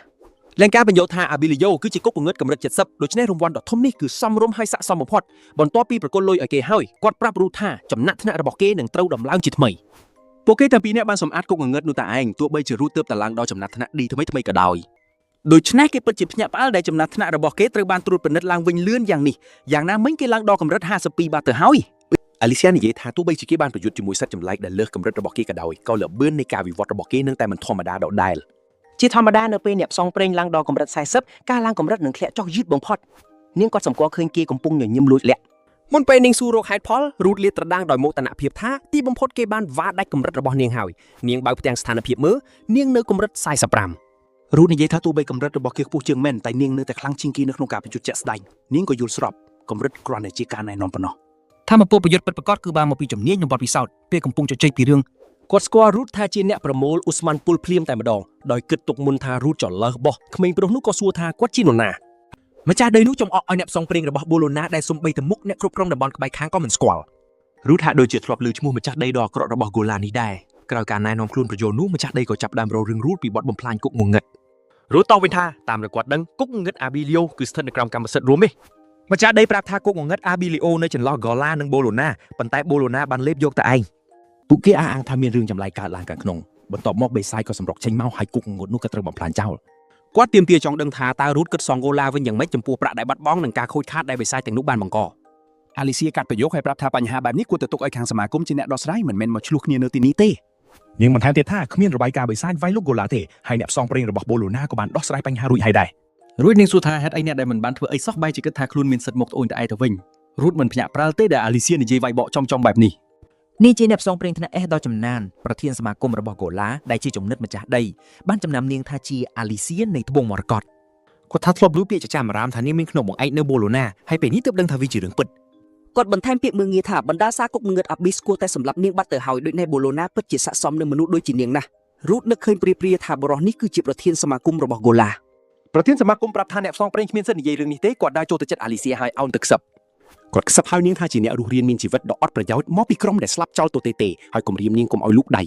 គាត់បញ្ចប់ដោយហៅនាងថាសម្រាមរឿងនេះធ្វើឲ្យអាលីសៀខឹងយ៉ាងខ្លាំងនាងបញ្ចេញថាមពលវេទមន្តធ្វើឲ្យបរិយាកាសពេញមួយបន្ទប់ធ្លាក់ចុះសម្បីតែប្រធានសមាគមរបស់កូឡាក៏ញាស់ខ្លួនដោយសារសម្ពាធពីអ្នកផ្សងព្រេងដែលគាត់គិតថាអស់លក្ខត្រឹមកម្រិត45ទៅហើយ ឡានការបានចេញមុខខាត់មុនពេលរឿងរ៉ាវរាលដាលគាត់ប្រកាសថាហាមមានការវាយតប់គ្នាក្នុងសមាគមរបស់គាត់ហើយបញ្ជាឲ្យម្ចាស់ដីនិងប្រធានសមាគមនោះដើរតាមគាត់សូម្បីតែពេលដើរចេញទៅក៏ប្រធានសមាគមរបស់កូឡានៅតែបន្តជាប្រមាថអាលីសៀមិនឈប់ដែរពេលពួកគេដើរទៅកាន់ការិយាល័យប្រធានសមាគមបុរសម្នាក់ទៀតក៏បានហៅឈ្មោះអាលីសៀគាត់គឺជា elf ដែលមានមុខមាត់សង្ហា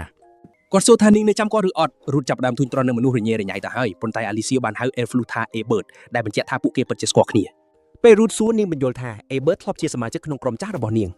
Abert និយាយថាគេធ្លាប់កោតសរសើរក្រុម Azure Trail ជាពិសេសគឺ Alicia តែម្ដងក្នុងនាមជា elf ដូចគ្នាគេពិតជាសរសើរសមត្ថភាពប្រើប្រាស់វិញ្ញាណធាតុច្រើនក្នុងពេលតែមួយរបស់នាងគេក៏ដឹងពីរឿងបន្តាសាររបស់នាងហើយក៏ដឹងថានាងធ្លាប់រងទុក្ខវេទនាខ្លាំងប៉ុណ្ណាដែរគេមកក្រុង Bologna គឺមានគោលបំណងតែមួយគត់គឺចង់បបួលនាងចូលក្រុមតែ Alicia បដិសេធដោយប្រាប់ថានាងមានក្រុមថ្មីរួចទៅហើយ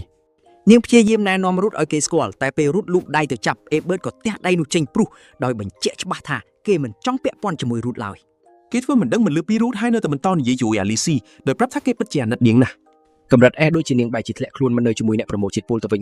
ញគេប្រាប់ថាទេពកោសល្យរបស់នាងនឹងមានប្រយោជន៍ជាងបើចូលក្រុមគេសម្ដីនេះពិតជាធ្វើឲ្យនាងក្តៅក្រហាយមែនទែននាងដើរថយក្រោយហើយប្រាប់គាត់កុំឲ្យនិយាយពីរឿងដែលគាត់មិនយល់នាងជាអ្នកជ្រើសរើសចាប់ដៃគូជាមួយរូតដោយខ្លួនឯងដូច្នេះការមើលងាយគេគឺស្មើនឹងមើលងាយនាងដែរទោះយ៉ាងណាក៏ដោយនាងនៅតែអរគុណដែលគាត់បារម្ភពីនាងក៏ប្រាប់ដែរថាបណ្ដាសារបស់នាងត្រូវបានបាត់អស់ហើយ Ebert មិនចង់ជឿសោះបណ្ដាសារនេះចេញមកពីគុកងងឹតកម្រិត SS ពីមេកាច់សាហាវនៅជាន់កំពូលឯណោះ Alisa បោះសម្ដីថានាងបានជួបមនុស្សពិសេសម្នាក់ធ្វើឲ្យ Ebert ឈួរគិតស្ងៀម បន្ទាប់មកនាងប្រាប់ទៀតថាចំណាត់ថ្នាក់របស់រូតកំពុងត្រូវបានត្រួតពិនិត្យដូច្នេះគេនឹងមិននៅត្រឹមអ្នកផ្សងព្រេងកម្រិត C ឬ D ធម្មតាឡើយ ឃើញនាងខ្វល់ពីរូតខ្លាំងពេក Ebert គិតថារូតច្បាស់ជាកំពុងបោកប្រាស់នាងហើយគាត់ថែមទាំងមិនជឿថារូតជាអ្នកសម្លាប់នាងពឹសនោះផងតែបំបដាសាររបស់ Alisa ពិតជាបាត់មែននោះរឿងវានឹងប្រែប្រួលដូច្នេះគាត់សន្និដ្ឋានថា Alisa ជាអ្នកធ្វើរឿងទាំងអស់នេះខ្លួនឯងហើយរូតគ្រាន់តែស៊ីឡាយកស្នាដៃប៉ុណ្ណោះពេលដើរចេញមករូតប្រាប់ Alisa ថា Ebert ចេះតែសម្លឹងមកគេដូចមនុស្សឈួតនាងបញ្យល់ថាពួក L ជាមនុស្សប្រកាន់រឹកហើយកាន់តែមានអាយុវែងពួកគេកាន់តែមានគំនិតលំអៀង រូតសួរថាតើនាងមានចរិតអញ្ចឹងដែរឬអត់ Alisa និយាយដោយមោទនភាពថានាងជា L ដែលរំទួមចិត្តល្អបរិសុទ្ធនិងគួរឲ្យស្រឡាញ់ដែលស្ដាប់ទៅដូចជាប្រកាន់រឹកមិនចាញ់ Ebert ទេបន្ទាប់ពីនោះពួកគេក៏ទៅយកឯកសារចំណាត់ថ្នាក់ថ្មីរបស់រូត អ្នកទទួលភ្ញៀវប្រាប់គេថាគេបានផ្លោះរំលងកម្រិត C ទាំងស្រុងហើយឥឡូវនេះឡើងជាកម្រិត B ជាផ្លូវការហើយការឡើងកម្រិតរបស់គេបង្ហាញឲ្យឃើញថាបេសកកម្មក្នុងគុកងងឹតអាវីឡូពិតជាលំបាកខ្លាំងប៉ុណ្ណា នាងក៏បានបញ្ជាក់ដែរថាសមាគមទទួលបានរបាយការណ៍ពីអ្នកភូមិដែលពួកគេជួយសង្គ្រោះដូច្នេះការដែលរូតផ្ដួល Baphomet ក៏ត្រូវបានរាប់បញ្ចូលផងដែរ Ricard និង Magnus អបអរសាទរដែលគេឡើងដល់កម្រិត B ហើយប្រាប់ថាអ្នកក្រុងទាំងមូលដឹងគុណគេណាស់ឃើញគេសប្បាយចិត្តនិងពេញចិត្តបែបនេះ Alicia ប្រាប់គេថាកុំទាន់បញ្ឈប់ត្រឹមកម្រិត B គេគួរតែតម្រង់គោលដៅទៅកម្រិត S អ្នកទាំងពីរលើកទឹកចិត្តគ្នាទៅវិញទៅមកហើយដាក់គោលដៅយកកម្រិត S ឲ្យបាន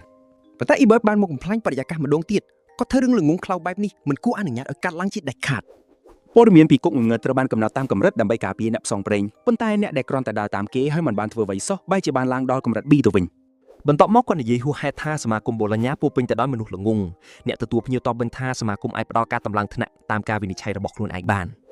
Magnus ប្រាប់ Ebert ឲ្យដកសម្ដីនោះវិញបើមិនចង់មានរឿងជំនួសឲ្យការសុំទោស Ebert បែរជានិយាយពាក្យដដែលទៅវិញដោយកំហឹង Magnus ទូទៅចាប់កោអាវរបស់គាត់ប៉ុន្តែមិនទាន់បានធ្វើអ្វីផង Ebert ក៏ក្រវ៉ាត់គេចោលទៅម្ខាងបន្ទាប់មកគាត់យកដាវសង្កត់ Magnus ជាប់ហើយប្រាប់កុំឲ្យយកដៃកខ្វក់មកប៉ះគាត់ Alisa ប្រាប់ Ebert ឲ្យឈប់បង្ករឿងទៀតគាត់គិតថានាងគ្រាន់តែមានចិត្តល្អចំពោះមនុស្សអនាថាដូច Magnus ប៉ុណ្ណោះ Ebert សារភាពថាគាត់ជាមនុស្សរឹងរូសពេលសម្រេចចិត្តហើយប៉ុន្តែគាត់នៅតែមានការយល់ឃើញខុសពីខ្លួនឯងដដែលគាត់ប្រាប់ថាគាត់ជា L ដែលរំទុំចេះយោគយល់និងគួរឲ្យតាក់ទាញហើយជឿថាមានតែគាត់ទេដែលស័ក្តិសមធ្វើជាអ្នកដឹកនាំ Alisa រូតសើចឡើងពេលឮ Ebert ប្រើពាក្យដូចគ្នាបេះបិទទៅនឹងសម្ដីដែល Alisa បាននិយាយមកដល់ពេលនេះគេជឿជាក់ហើយថាពួក L ពិតជាពោពេញទៅដោយមោទនភាពពីធម្មជាតិមែនបន្ទាប់មក Ebert ស្រាប់តែបបួលរូតប្រកួតដោយហៅគេថាជាអ្នកផ្សងព្រេងគ្មានបានការដែលធ្វើឲ្យអ្នកដទៃជួបគ្រោះថ្នាក់គាត់ចង់សាកល្បងមើលថាតើរូតស័ក្តិសមនឹងកម្រិត B ដែរឬអត់ Alisa យល់ព្រមភ្លាមហើយប្រាប់ Ebert ថាគាត់នឹងបានឃើញពីភាពខ្លាំងរបស់រូតដោយផ្ទាល់ភ្នែកដូច្នេះ L ដែលពោពេញដោយមោទនភាពនឹងអ្នកកំចាត់ពីក៏ធ្វើដំណើរទៅកាន់ទីលានវឹកហាត់របស់សមាគម Bologna Alisa សុំទោសដែលទៀងរូតចូលក្នុងរឿងនេះរូតថាវាមិនមែនជាខុសនាងទេរឿងរ៉ាវឈានមកដល់ចំណុចនេះក៏ព្រោះតែគេនៅមានចំណុចខ្វះខាតអ្វីដែលគេត្រូវធ្វើពេលនេះគឺផ្ដួលអំបិតហើយបញ្ជាក់ថាគេស័ក្តិសមនឹងឈរក្បែរនាងចុងក្រោយអ្នកផ្សងព្រេងតែងតែដោះស្រាយបញ្ហាដោយប្រើកម្លាំងអញ្ចឹងហើយមុនពេលការប្រកួតចាប់ផ្ដើម Alisa ប្រកាសថាបើមានអ្នកណាម្នាក់រងរបួសធ្ងន់នាងនឹងបញ្ឈប់វាដោយខ្លួនឯង ពេលចាប់ដាំភ្លាម Herbert ស្ទុះទៅវាយ Root ជាមួយល្បឿននិងកម្លាំងដ៏គួរឲ្យភ្ញាក់ផ្អើល Root មិននឹកស្មានថាមានការវាយប្រហារសាហាវបែបនេះទេតែគេនៅតែអាចរងវាបាន អ៊ីបឺតបន្តសម្រុកបែកជាមួយជំនាញដោដ៏ចំណានមិនទុកពេលឲ្យរូតដកដង្ហើមសូម្បីបន្តិចរូតដឹងខ្លួនភ្លាមៗថាអ៊ីបឺតជាអ្នកប្រាដាវពូកែជាងគេទៅទៀតគេក៏នឹកឃើញសម្ដីអាលីស៊ីយ៉ាដែលថាអ៊ីបឺតប្រយុទ្ធដោយប្រើវេទមន្តវាយប្រហារនិងវេទមន្តបង្រិនកម្លាំងដែលធ្វើឲ្យគាត់ខ្លាចជាអ្នកប្រើដាវវេទមន្តអាចបង្កើនល្បឿននិងកម្លាំងកាយបានស្រាប់តែអ៊ីបឺតវឹងបាត់ហើយលិចមុខនៅពីក្រោយរូតព្រមទាំងកាប់មួយដាវដោយមិនឲ្យដឹងខ្លួនរូតមើលតាមគាត់មិនទាន់ក៏ត្រូវមួយដាវនេះពេញទំហឹង អេបឺតបង្ហាញថាគាត់ក៏នៅកម្រិត B ដែរដោយនិយាយថាមានតែអ្នកដែលមានធម៌ពលកម្រិតនេះទេទើបស័ក្តិសមនឹងងារមួយនេះ បន្ទាប់ពីបញ្ចេញភាពខ្លាំងរបស់ខ្លួនរួចគាត់ក៏ប្រកាសថារូតនឹងស័ក្តិសមនឹងកម្រិត B ឬនៅក្បែរអាលីសានោះទេ រូតសារភាពថាគេមិនទាន់ស័ក្តិសមមែនប៉ុន្តែអាលីសាជាអ្នកជ្រើសរើសគេមិនមែនគេអ្នកជ្រើសរើសនាងទេបន្ទាប់មកគេនិយាយថាគេនឹងបញ្ជាក់ថាមូលហេតុអីបានជាគេស័ក្តិសមនៅក្បែរនាងលើកនេះរូតជាអ្នកវាយប្រហារមុនដោយប្រើវេទមន្តដីអេបឺតចំអកឲ្យគេដែលព្យាយាមយកឈ្នះអ្នកជំនាញវេទមន្តដោយប្រើវេទមន្តនោះគាត់ក៏វីបកវិញជាមួយវេទមន្តភ្លើងបង្កឲ្យមានការផ្ទុះឡើងភ្លាមនោះអែមណែនេះក៏បញ្ចេញអក្ខរាវិរុទ្ធពិសេសមួយទៀតប៉ុន្តែដាវក្រាមបានស្រូបយកវេទមន្តពីការវាយប្រហារទាំងពីរនេះហើយរូបនិយាយថាគេរំពឹងទុកស្រាប់តែហើយថាអ៊ីបឺតនឹងប្រកួតដោយប្រើវេទមន្តយ៉ាងណាមិញពួកឯងគឺជាពូសាដែលមានមោទនភាពខ្ពស់នៅពេលដែលដាវរបស់គេស្រូបពេញដោយម៉ាណារូតក៏វាសម្រុកវិញហើយទទួលបានការកើនឡើងល្បឿននិងកម្លាំងយ៉ាងខ្លាំងពេលអ៊ីបឺតហៅវាថាជាដាវវេទមន្តរូតក៏កែតម្រូវគាត់វិញវាមិនមែនជាវេទមន្តទេតែវាជាដាវបណ្ដាសាដាវរបស់រូតកាប់ឈុតចំតិចលើអ៊ីបឺតប៉ុន្តែចំនួនឲ្យការថយក្រោយអ៊ីបឺតបែរជាហៅគេថាមនុស្សចម្លែកដែលកាន់ដាវបណ្ដាសាទៅវិញដែលនេះកាន់តែធ្វើឲ្យគាត់មាន head pass off គេថែមទៀតហើយគាត់ក៏ប្រើបច្ចេកទេសដាវបញ្ចូលវេទមន្តរន្ទះនិងផ្លាស់ទីយ៉ាងលឿនរហូតធ្វើឲ្យរូតមើលតាមលែងទាន់បន្ទាប់មកអ៊ីបឺតបានប្រើបាតដៃរន្ទះហើយបញ្ជូនចរន្តអគ្គិសនីឆក់ពេញរាងកាយរបស់រូតតែម្ដងដោយគិតថាការវាយប្រហារដោយរន្ទះបន្តនោះបានបញ្ចប់ក៏ទៅហើយគេក៏ប្រាប់អាលីស៊ីឲ្យប្រកាសអ្នកឈ្នះប៉ុន្តែរឿងមិននឹកស្មានដល់ក៏បានកើតឡើងរូតបានចាប់កៅអៅគេហើយនិយាយថារន្ទះគ្មានឥទ្ធិពលលើគាត់នោះទេគាត់ស្រូបយកភាពស៊ាំស្ពឹកទាន់ពេលតែម្ដងដោយភាំងអ៊ីបឺតនិយាយថារន្ទះខ្លាំងប៉ុណ្ណឹងគួរតែធ្វើឲ្យគាត់ស្ពឹកបាត់ទៅហើយរូតមិនតបអ្វីឡើយគាត់យកក្បាលបុក F ដល់ក្រអឺក្រតំនោះបន្ទាប់មកគាត់ឈ្នះដោយសង្កត់អេបឺតជាប់ដោយដែល Magnus ធ្លាប់ជួបហើយបោកដាវទៅលើដីក្បាលអេបឺតតែម្ដងត្រឡប់មកគៀលបឡងញ៉ាវិញមេគៀលបានជួបជាមួយម្ចាស់ទឹកដីហ្គូឡានិងមេគៀលអំពីការបំផ្លាញរបស់គុកងងឹត Abilio Lancaster ពយល់ថាម្ចាស់ទឹកដីកំពុងជាប់រវល់ការងាររាជការនៅរាជធានីដូច្នេះគាត់កំពុងបំពេញការងារជំនួស Lancaster និយាយថាគាត់យល់ពីចំហរបស់ហ្គូឡាដោយសារបាឡូញ៉ាគ្រប់គ្រងគុកងងឹតនេះពួកគេមានគម្រោងជួយស្ដារឡើងវិញទាំងស្រុងប៉ុន្តែម្ចាស់ទឹកដីនិយាយថាហ្គូឡាមិនត្រូវការជំនួយទេពួកគេចង់បានសំណងសមរម្យសម្រាប់គុកងងឹតដែលពួកគេកាន់កាប់គាត់បន្ថែមថាបូឡូញ៉ាលោភលន់ហើយយកច្រើនជាងចំណែករបស់ខ្លួនដូច្នេះពេលនេះពួកគេត្រូវតែសងវិញស្រាប់តែបុគ្គលិកនារីម្នាក់បានរត់ចូលមកយ៉ាងប្រញាប់ជាមួយដំណឹងបន្ទាន់អំពីគុកងងឹត Abilio ដែលគួរតែបានដួលរលំទាំងស្រុងទៅហើយនារីកាថាតំបន់ជុំវិញនោះឥឡូវត្រូវបានគ្របដណ្ដប់ដោយម៉ាណាដ៏មហិមាដែលវត្តដឹងថាស្ថិតនៅ Rank B បិសាចហ្គាហ្គយ2ក៏កំពុងយាមច្រកចូលនិងរារាំងមិនឲ្យនរណាម្នាក់ចូលចិត្តផងដែរលេនកាស៊ីនិយាយថានេះមិនមែនពេលត្រូវប្រកែកគ្នារឿងឥតប្រយោជន៍របស់កូឡាឡើយគាត់ប្រកាសថាគាត់នឹងបង្កើតក្រុមបង្ក្រាបហើយឈ្មោះទៅកាន់គុកងងឹត Abilio ថ្មីភ្លាមដោយបញ្ជាឲ្យហៅអ្នកប្រមាញ់ពី Rank B ឬខ្ពស់ជាងនេះមកទាំងអស់នោះក៏រួមបញ្ចូលរូតដែរពេលគ្រប់គ្នាជួបជុំនៅការិយាល័យ Lancaster ក៏ប្រាប់ថាវត្តដកគុកងងឹតបានចាប់ផ្ដើមហើយពួកគេត្រូវហៅមកទីនេះដើម្បីបញ្ឈប់វាឲ្យបានលឿនបំផុតឮបែបនេះរូតសួរអាលីសាថាវត្តគុកងងឹតជាអ្វីនាងខ្លាចថាវាជាព្រឹត្តិការណ៍ដ៏កម្រមួយដែលគុកងងឹតធ្វើការវិវត្តហើយនាងធ្លាប់ឮពីវាតែពី3ដងប៉ុណ្ណោះដូច្នេះនេះក៏ជាលើកទី1របស់អាលីសាដែលចូលទៅគុកងងឹតដែលកំពុងវិវត្តយ៉ាងណានាងនៅតែបារម្ភអំពីម៉ាណា Rank B នៅទីនោះរូតគិតថាមិនអីទេគេនៅ Rank B ហើយពួក Rank A ក៏កំពុងមកអ៊ីបឺតឬដូច្នេះក៏ដើរមកពមៀនរូតកុំឲ្យធ្វើប្រហែលឲ្យសោះគេនិយាយថាប្រសិនបើម៉ាណានៅខាងក្រៅជា Rank B នោះខាងក្នុងយ៉ាងហោចណាស់ក៏ត្រូវតែដល់ Rank A ដែរហើយអាក្រក់បំផុតវាអាចឡើងដល់ Rank S អាលីសៀបន្ថែមថាក្នុងរបាយការណ៍ការលូតលាស់របស់គុកងងឹតត្រូវបានប្រៀបធៀបទៅនឹងសម្បកដង្កឹងនាងប្រសិនបើសម្បកនោះបើកចេញម៉ាណានឹងជន់លិចលើដីជាមិនខានដោយសារហ្គូឡានិងបូឡូញ៉ាស្ថិតនៅក្នុងរង្វង់ប្រតិបត្តិការខូចខាតអាចនឹងមហន្តរាយ Lancaster ព្យាយាមលួងលោមរូតដោយនិយាយថាវត្តដកគុកងងឹតគឺកម្រខ្លាំងណាស់ហើយនៅមានរឿងជាច្រើនដែលគ្មាននរណាម្នាក់យល់គាត់ប្រាប់គេកុំឲ្យខ្វល់ខ្វាយឥតប្រយោជន៍ច្រើនពេកដោយសាររូតជាអ្នកដែលបញ្ចប់គុកងងឹតនេះកាលពីមុន Lancaster និយាយថាគាត់នឹងពឹងផ្អែកលើគេហើយក្រោយមកក្រុមអ្នកប្រមាញ់ដែលបានជ្រើសរើសក៏មកដល់គុកងងឹតដោយដែលបុគ្គលិកគៀលបាននិយាយមែនពួក Gargoyle កំពុងឈរយាមនៅខាងក្រៅ Root scan មើលពួកវាទៅដឹងថាជាបិសាច level 50ពួកកែស៊ូទ្រាំជាមួយជំនាញមួយចំនួនដែលគេស្គាល់រួចហើយវាបញ្ជាក់ថាពួកវាខ្លាំងជាងពួក Rolling Beetle ទៅទៀតបន្ទាប់មក Gargoyle មួយបានសម្លឹងត្រង់មក Root ទោះបីជាគេគិតថាពួកវានៅឆ្ងាយពេកមិនអាចដឹងខ្លួនក៏ដោយមួយវិនាទីក្រោយមកបិសាចទាំងពីរស្ទុះចូលសម្ដៅក្រុមពួកវាបាញ់ដង្ហើមប្រែខ្លាយថ្មប៉ុន្តែ CLP បានបូតសម្អាតការវាយប្រហារនោះចោលភ្លាមទោះយ៉ាងណាមួយក្នុងចំណោមនោះបានឆ្លងកាត់ខ្សែត្រៀមខាងមុខហើយសម្ដៅទៅរកអាលីសា Lencas បានជួយសង្គ្រោះនាងទាន់ពេលខណៈដែល Gargoyle មួយទៀតត្រូវបាន Miguel Gola កាប់ជាពីរកណាត់ Miguel ទាំងពីរប្រាប់អ្នកគ្រប់គ្នាឲ្យនៅជិតគ្នាហើយដើរតាមពួកគេ Root ចង់ចូលទៅពិនិត្យ Gargoyle នោះថែមទាំងចង់ស៊ីវាទៀតប៉ុន្តែក៏បោះបង់វិញវាដឹងថាវាអាចបង្កើតសាច់ថ្មីបានពេលគេព្យាយាមដុតសាកសពនោះដើម្បីបញ្ឈប់ការព្យាបាល Miguel Gola សួរថាគេកំពុងធ្វើអ្វីក្រុមទាំងមូលក៏ដើរចូលកាន់តែជ្រៅទៅក្នុងគុកងឹត Abilio តាពីប្រមាណថ្ងៃមុនវាពេញចិត្តដោយអូស្ម៉ាន់ពុលប៉ុន្តែពេលនេះវាខ្សោយជាងមុនដែលបង្ហាញថាលក្ខណៈរបស់គុកងងឹតបានផ្លាស់ប្ដូរហើយ រូតក៏សម្គាល់ឃើញថាស្ថានភាពផ្លូវមើលទៅនៅដដែលភាគច្រើន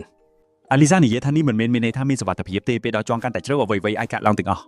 ហើយទោះបីជាតម្រង់នៅដដែលក៏ដោយក៏ពួកបិសាចប្រកាសជាកាន់តែខ្លាំងជាងមុនមិនយូរប៉ុន្មានហ្វុងបិសាចដ៏អាក្រក់មួយក្រុមក៏វាយប្រហារពួកគេ ឡើងកាសេរយុគមួយដែលធំជាងគេគឺមេបិសាចហើយប្រាប់អ្នកផ្សេងឲ្យចាត់ការសត្រូវតូចៗបន្ទាប់មកមេគីហ្គូឡាបានប្រើជំនាញពិសេសរបស់គាត់គឺគេទៅយូអ្នកចម្បាំងដើម្បីបង្កើនកម្លាំងវាយប្រហាររូបរាងកាយដល់អ្នកប្រមាណជុំវិញគាត់ពេលប្រយុទ្ធចាប់ផ្ដើមក្រុមអ្នកប្រមាណគ្រប់គ្រងស្ថានភាពបានយ៉ាងលឿនប៉ុន្តែរូតសម្គាល់ឃើញថាកិត្តិយសអ្នកចម្បាំងគ្មានអធិពលលើគេឡើយ ជំនាញលុបចោលស្ថានភាពមិនប្រក្រតីរបស់គាត់បានបដិសេធធម្មពលបន្ថែមនោះឡើងខាសផ្ដោតលើមេបិសាចដោយប្រយុទ្ធដូចជាការពារដ៏ល្អអស្ចារ្យស្របពីឆ្លៀតបែកបកគ្រប់ពេលដែលអាចការប្រយុទ្ធបញ្ចប់យ៉ាងលឿនគាត់កំទេចមេបិសាចដោយប្រើកម្លាំងសុទ្ធសាធតែម្ដងគ្រប់គ្នាធ្វើបានយ៉ាងល្អលើកលែងរូបដែលកាំងថ្មឹងក្រោយដឹងថាជំនាញលុបចោលរបស់ខ្លួនក៏រារាំងវេទមន្តជំនួយដែរ រាល់ពេលអ្នកប្រមាញ់ម្នាក់ផ្លាត់ស្នៀតអ្នកផ្សេងទៀតនឹងស្ទុះចូលមកជួយការពារពួកគេភ្លាមៗ ពួកក៏ម្នាក់ប្រាប់ថាបិសាចទាំងនេះមើលមិនធ្លុះទេចំណុចខ្សោយក៏ពិបាករកដូច្នេះក្រុមទាំងមូលក៏សម្រាប់ចិត្តប្រើកម្លាំងបាយវាយកំទេចតែម្ដង ពួកគេបន្តប្រយុទ្ធម្នាក់ៗបញ្ចេញជំនាញពិសេសរៀងៗខ្លួនបិសាចពិតជាស្វិតស្វាញមែនប៉ុន្តែកិច្ចសហការក្រុមនៅតែយកឈ្នះបាន ក្រំតែសត្រូវតូចៗដួលភ្លាមបិសាចមួយទៀតក៏វាយប្រហារដោយលោតចេញពីក្រោមដីរូបរាងវាដូចជាកូនកាត់ចម្លែករវាងកញ្ចែនិងសត្វក្អែបម្ដងនេះក្រុមក៏សហការគ្នាវាយវាទម្លាក់ទៀតរូបមិនត្រឹមតែឈោមើលកិច្ចសហការនេះទេគេកំពុងតែទូចចិត្តព្រោះអ្នកផ្សេងវាយកំទេចបិសាចបានល្អតែគេបែរជាមិនបានធ្វើអ្វីសោះបន្ទាប់មកគេឃើញប៉ារ៉ាស៊ីតតូចៗទម្លុះចេញពីសាកសពបិសាចអាក្រក់ទាំងនោះនេះជាលើកទី1ហើយដែលគេមានអារម្មណ៍ថាខ្លួនឯងមានប្រយោជន៍ឡើងវិញ ដោយប្រើក្បួនវេទមន្តដីគេវាយប្រហារប៉ារ៉ាស៊ីតដោយផ្ទាល់ប៉ុន្តែបន្លាដីរបស់គេត្រូវរលាយបាត់ប៉ារ៉ាស៊ីតទាំងនោះមានជំនាញលុបបំបាត់វេទមន្តដីដែលអាចបន្សាបថ្មនឹងដីបានពេលរូតវាយមិនចូលមេគីក៏មិនជាប់ជីវិតបិសាចដោយកាត់ក្បាលវាចោលក្រោយការប្រយុទ្ធមេគីរបស់ហ្គូឡាបានចង្អុលបង្ហាញកំហុសរបស់រូតដែលប្រើវេទមន្តដីលើសត្វចេញពីក្រោមដីហើយថែមទាំងថាគេល្ងងទៀតផងគាត់ក៏ដឹងថារូតបានដកជំនាញកិត្តិយសអ្នកចម្បាំងចេញដែររូតខ្លួនឯងដឹងរឿងនេះច្បាស់ជាងនរណាទាំងអស់គេគ្មានបទពិសោធន៍ប្រយុទ្ធជាក្រុមធំបែបនេះទេហើយខុសពីអ្នកផ្សេងគេសូម្បីតែវេទមន្តគាំទ្រក៏ប្រើមិនកើតដែរ សម្រាប់គេខ្លួនឯងគ្រាន់តែជាបន្ទុកប៉ុណ្ណោះមិនទាន់ចប់ទេអេបឺតក៏ចំអកឲ្យគេដែលមិនអាចតាមទាន់អ្នកផ្សេង គេថាការសហការវាយសត្រូវខ្លាំងគឺជាចំណេះដឹងមូលដ្ឋានរបស់អ្នកផ្សងព្រេងព្រាមនោះសម្លេងផ្ទុះក៏បានកាប់ផ្ដាច់ការសន្ទនាពេលងាកមើលពួកគេឃើញឡានខាសកំពុងតទល់នឹងបិសាចយក្សមួយដែលត្រូវគ្រប់គ្រងដោយប៉ារ៉ាស៊ីតគេដឹងថាសាកសពនេះត្រូវប៉ារ៉ាស៊ីតទ្រាំទ្រានហើយក្រោយពេលបដូរចូលរបួសរបស់បិសាចក៏សះស្បើយចំណែកធម្មពលវិញកើនឡើងយ៉ាងកប់មេគីរបស់កូឡាមើលស្រាវវាពេករោទ្ឬសត្វល្អិតខំធ្វើឲ្យប្រែជាថ្មមួយសន្ទុះអ្នកគ្រប់គ្នាក៏คล้ายជាថ្មប៉ុន្តែទោះជាយ៉ាងនេះក្តីអ្នកផ្សងព្រេងនៅតែអាចមើលឃើញនិងគិតបានជាពិសេសឡានខាសត្រូវបង្ខំចិត្តមើលសេចក្តីស្លាប់ខ្លួនឯងខាត់ចូលមកចិត្តរូតជួយសង្គ្រោះគាត់ដោយប្រើជំនាញបញ្ជាសរសៃអំបោះទាញគាត់ចេញមកក្រោយជំនាញលុបចោលស្ថានភាពខុសប្រក្រតីបានការពារគេពីការខ្លាចជាថ្មហើយគេមិនមែនជួយតែម្នាក់ឯងទេគេក៏បានជួយអាលីសៀដោយប្រើជំនាញជំនួសខ្លួនផងដែរសត្រូវនេះមានឈ្មោះថាកណ្ដោចលាចលហើយកម្លាំងភីច្រើនរបស់វាផ្ដោតលើឈាមនិងកម្លាំងការគម្រាមកំហែងធំបំផុតរបស់វាគឺការវាចិត្តនិងការងើបឈាមរូតក៏សម្គាល់ឃើញថាវាមិនសូវធន់នឹងវេទមន្តទេដូច្នេះមុននឹងសម្រុកចូលគេឲ្យអាលីសៀប្រើវេទមន្តបំបែកចំហរបស់វាសិននាងរៀបចំខ្លួនភ្លាមនាងហៅណូមៀននិងស៊ីលហ្វីតចេញមកហើយវិញ្ញាណទាំងនោះវាយប្រហារធ្វើឲ្យកណ្ដោចលាចលខ្ទាតទៅក្រោយបន្ទាប់មកបេសាយក៏បំផ្លាញខ្លួនលូនមាត់មួយនៅកន្លែងដែលមិនគួរមានមាត់នេះបញ្ជាក់ប្រាប់រូតថាវាអាចបដូរទម្រង់បានគ្រប់កលៈទេសៈ កណ្ដោចលាចលរបស់សត្វល្អិតធ្វើឲ្យទៅជាថ្មតូចៗមកទៀតប៉ុន្តែរូតប្រើអាវធំរន្ទះដើម្បីផ្លំពួកវាចេញឲ្យអស់បន្ទាប់មកបេសាចក៏ស្ទុះមកវាយចិត្តប៉ុន្តែអាលីសៀបានរុញវាថយក្រោយដោយប្រើវេទមន្តរូតឆក់យកអាកាសនោះបើកជំនាញបោះជំហានពន្លឺឲ្យកាប់បេសាចនោះទាំងលើអាកាស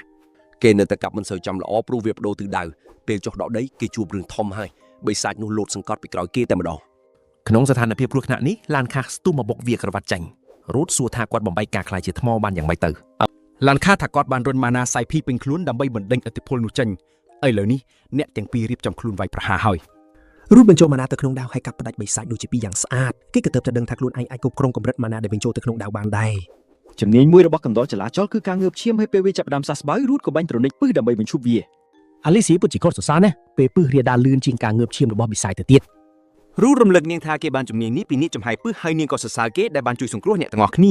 ាឡានខាសុំឲ្យរូតបញ្យល់ពីធម៌ពលរបស់គេប្រាប់អ្នកផ្សេងរូតយល់ព្រមបើមិនពន្យល់ទេគេច្បាស់ជាមិនអាចជួយគ្រប់គ្នាបានល្អឡើយក្រោយពីបានអ្នកផ្សងព្រេងរួចគេក៏រៀបរាប់រឿងរ៉ាវទាំងអស់ឡានខាសថាវាពិបាកជឿណាស់ប៉ុន្តែក្រោយឃើញការប្រយុទ្ធផ្ទាល់គាត់ក៏ព្រមទទួលស្គាល់ថារូតពិតជាមានជំនាញបិសាចមែនអេបឺស្រឡាំងកាំងហើយសរសើររូតថាពិតជាអស្ចារ្យដោយនិយាយថារាប់ឆ្នាំមកនេះគាត់មិនធ្លាប់ឃើញរឿងអច្ឆរិយៈបែបនេះទេរូតរំលឹកគាត់ពីពាក្យប្រមាថមុននេះតែឥឡូវអេបឺបែរជានិយាយថាគេស័ក្តិសមនឹងឈរក្បែរអាលីសៀទៅវិញពេលមានអ្នកសួរថាគេពិតជាអាចស៊ីបិសាចបានមែនទេរូតថានឹងបង្ហាញឲ្យមើលឲ្យតែគ្មានអ្នកទៅទាល់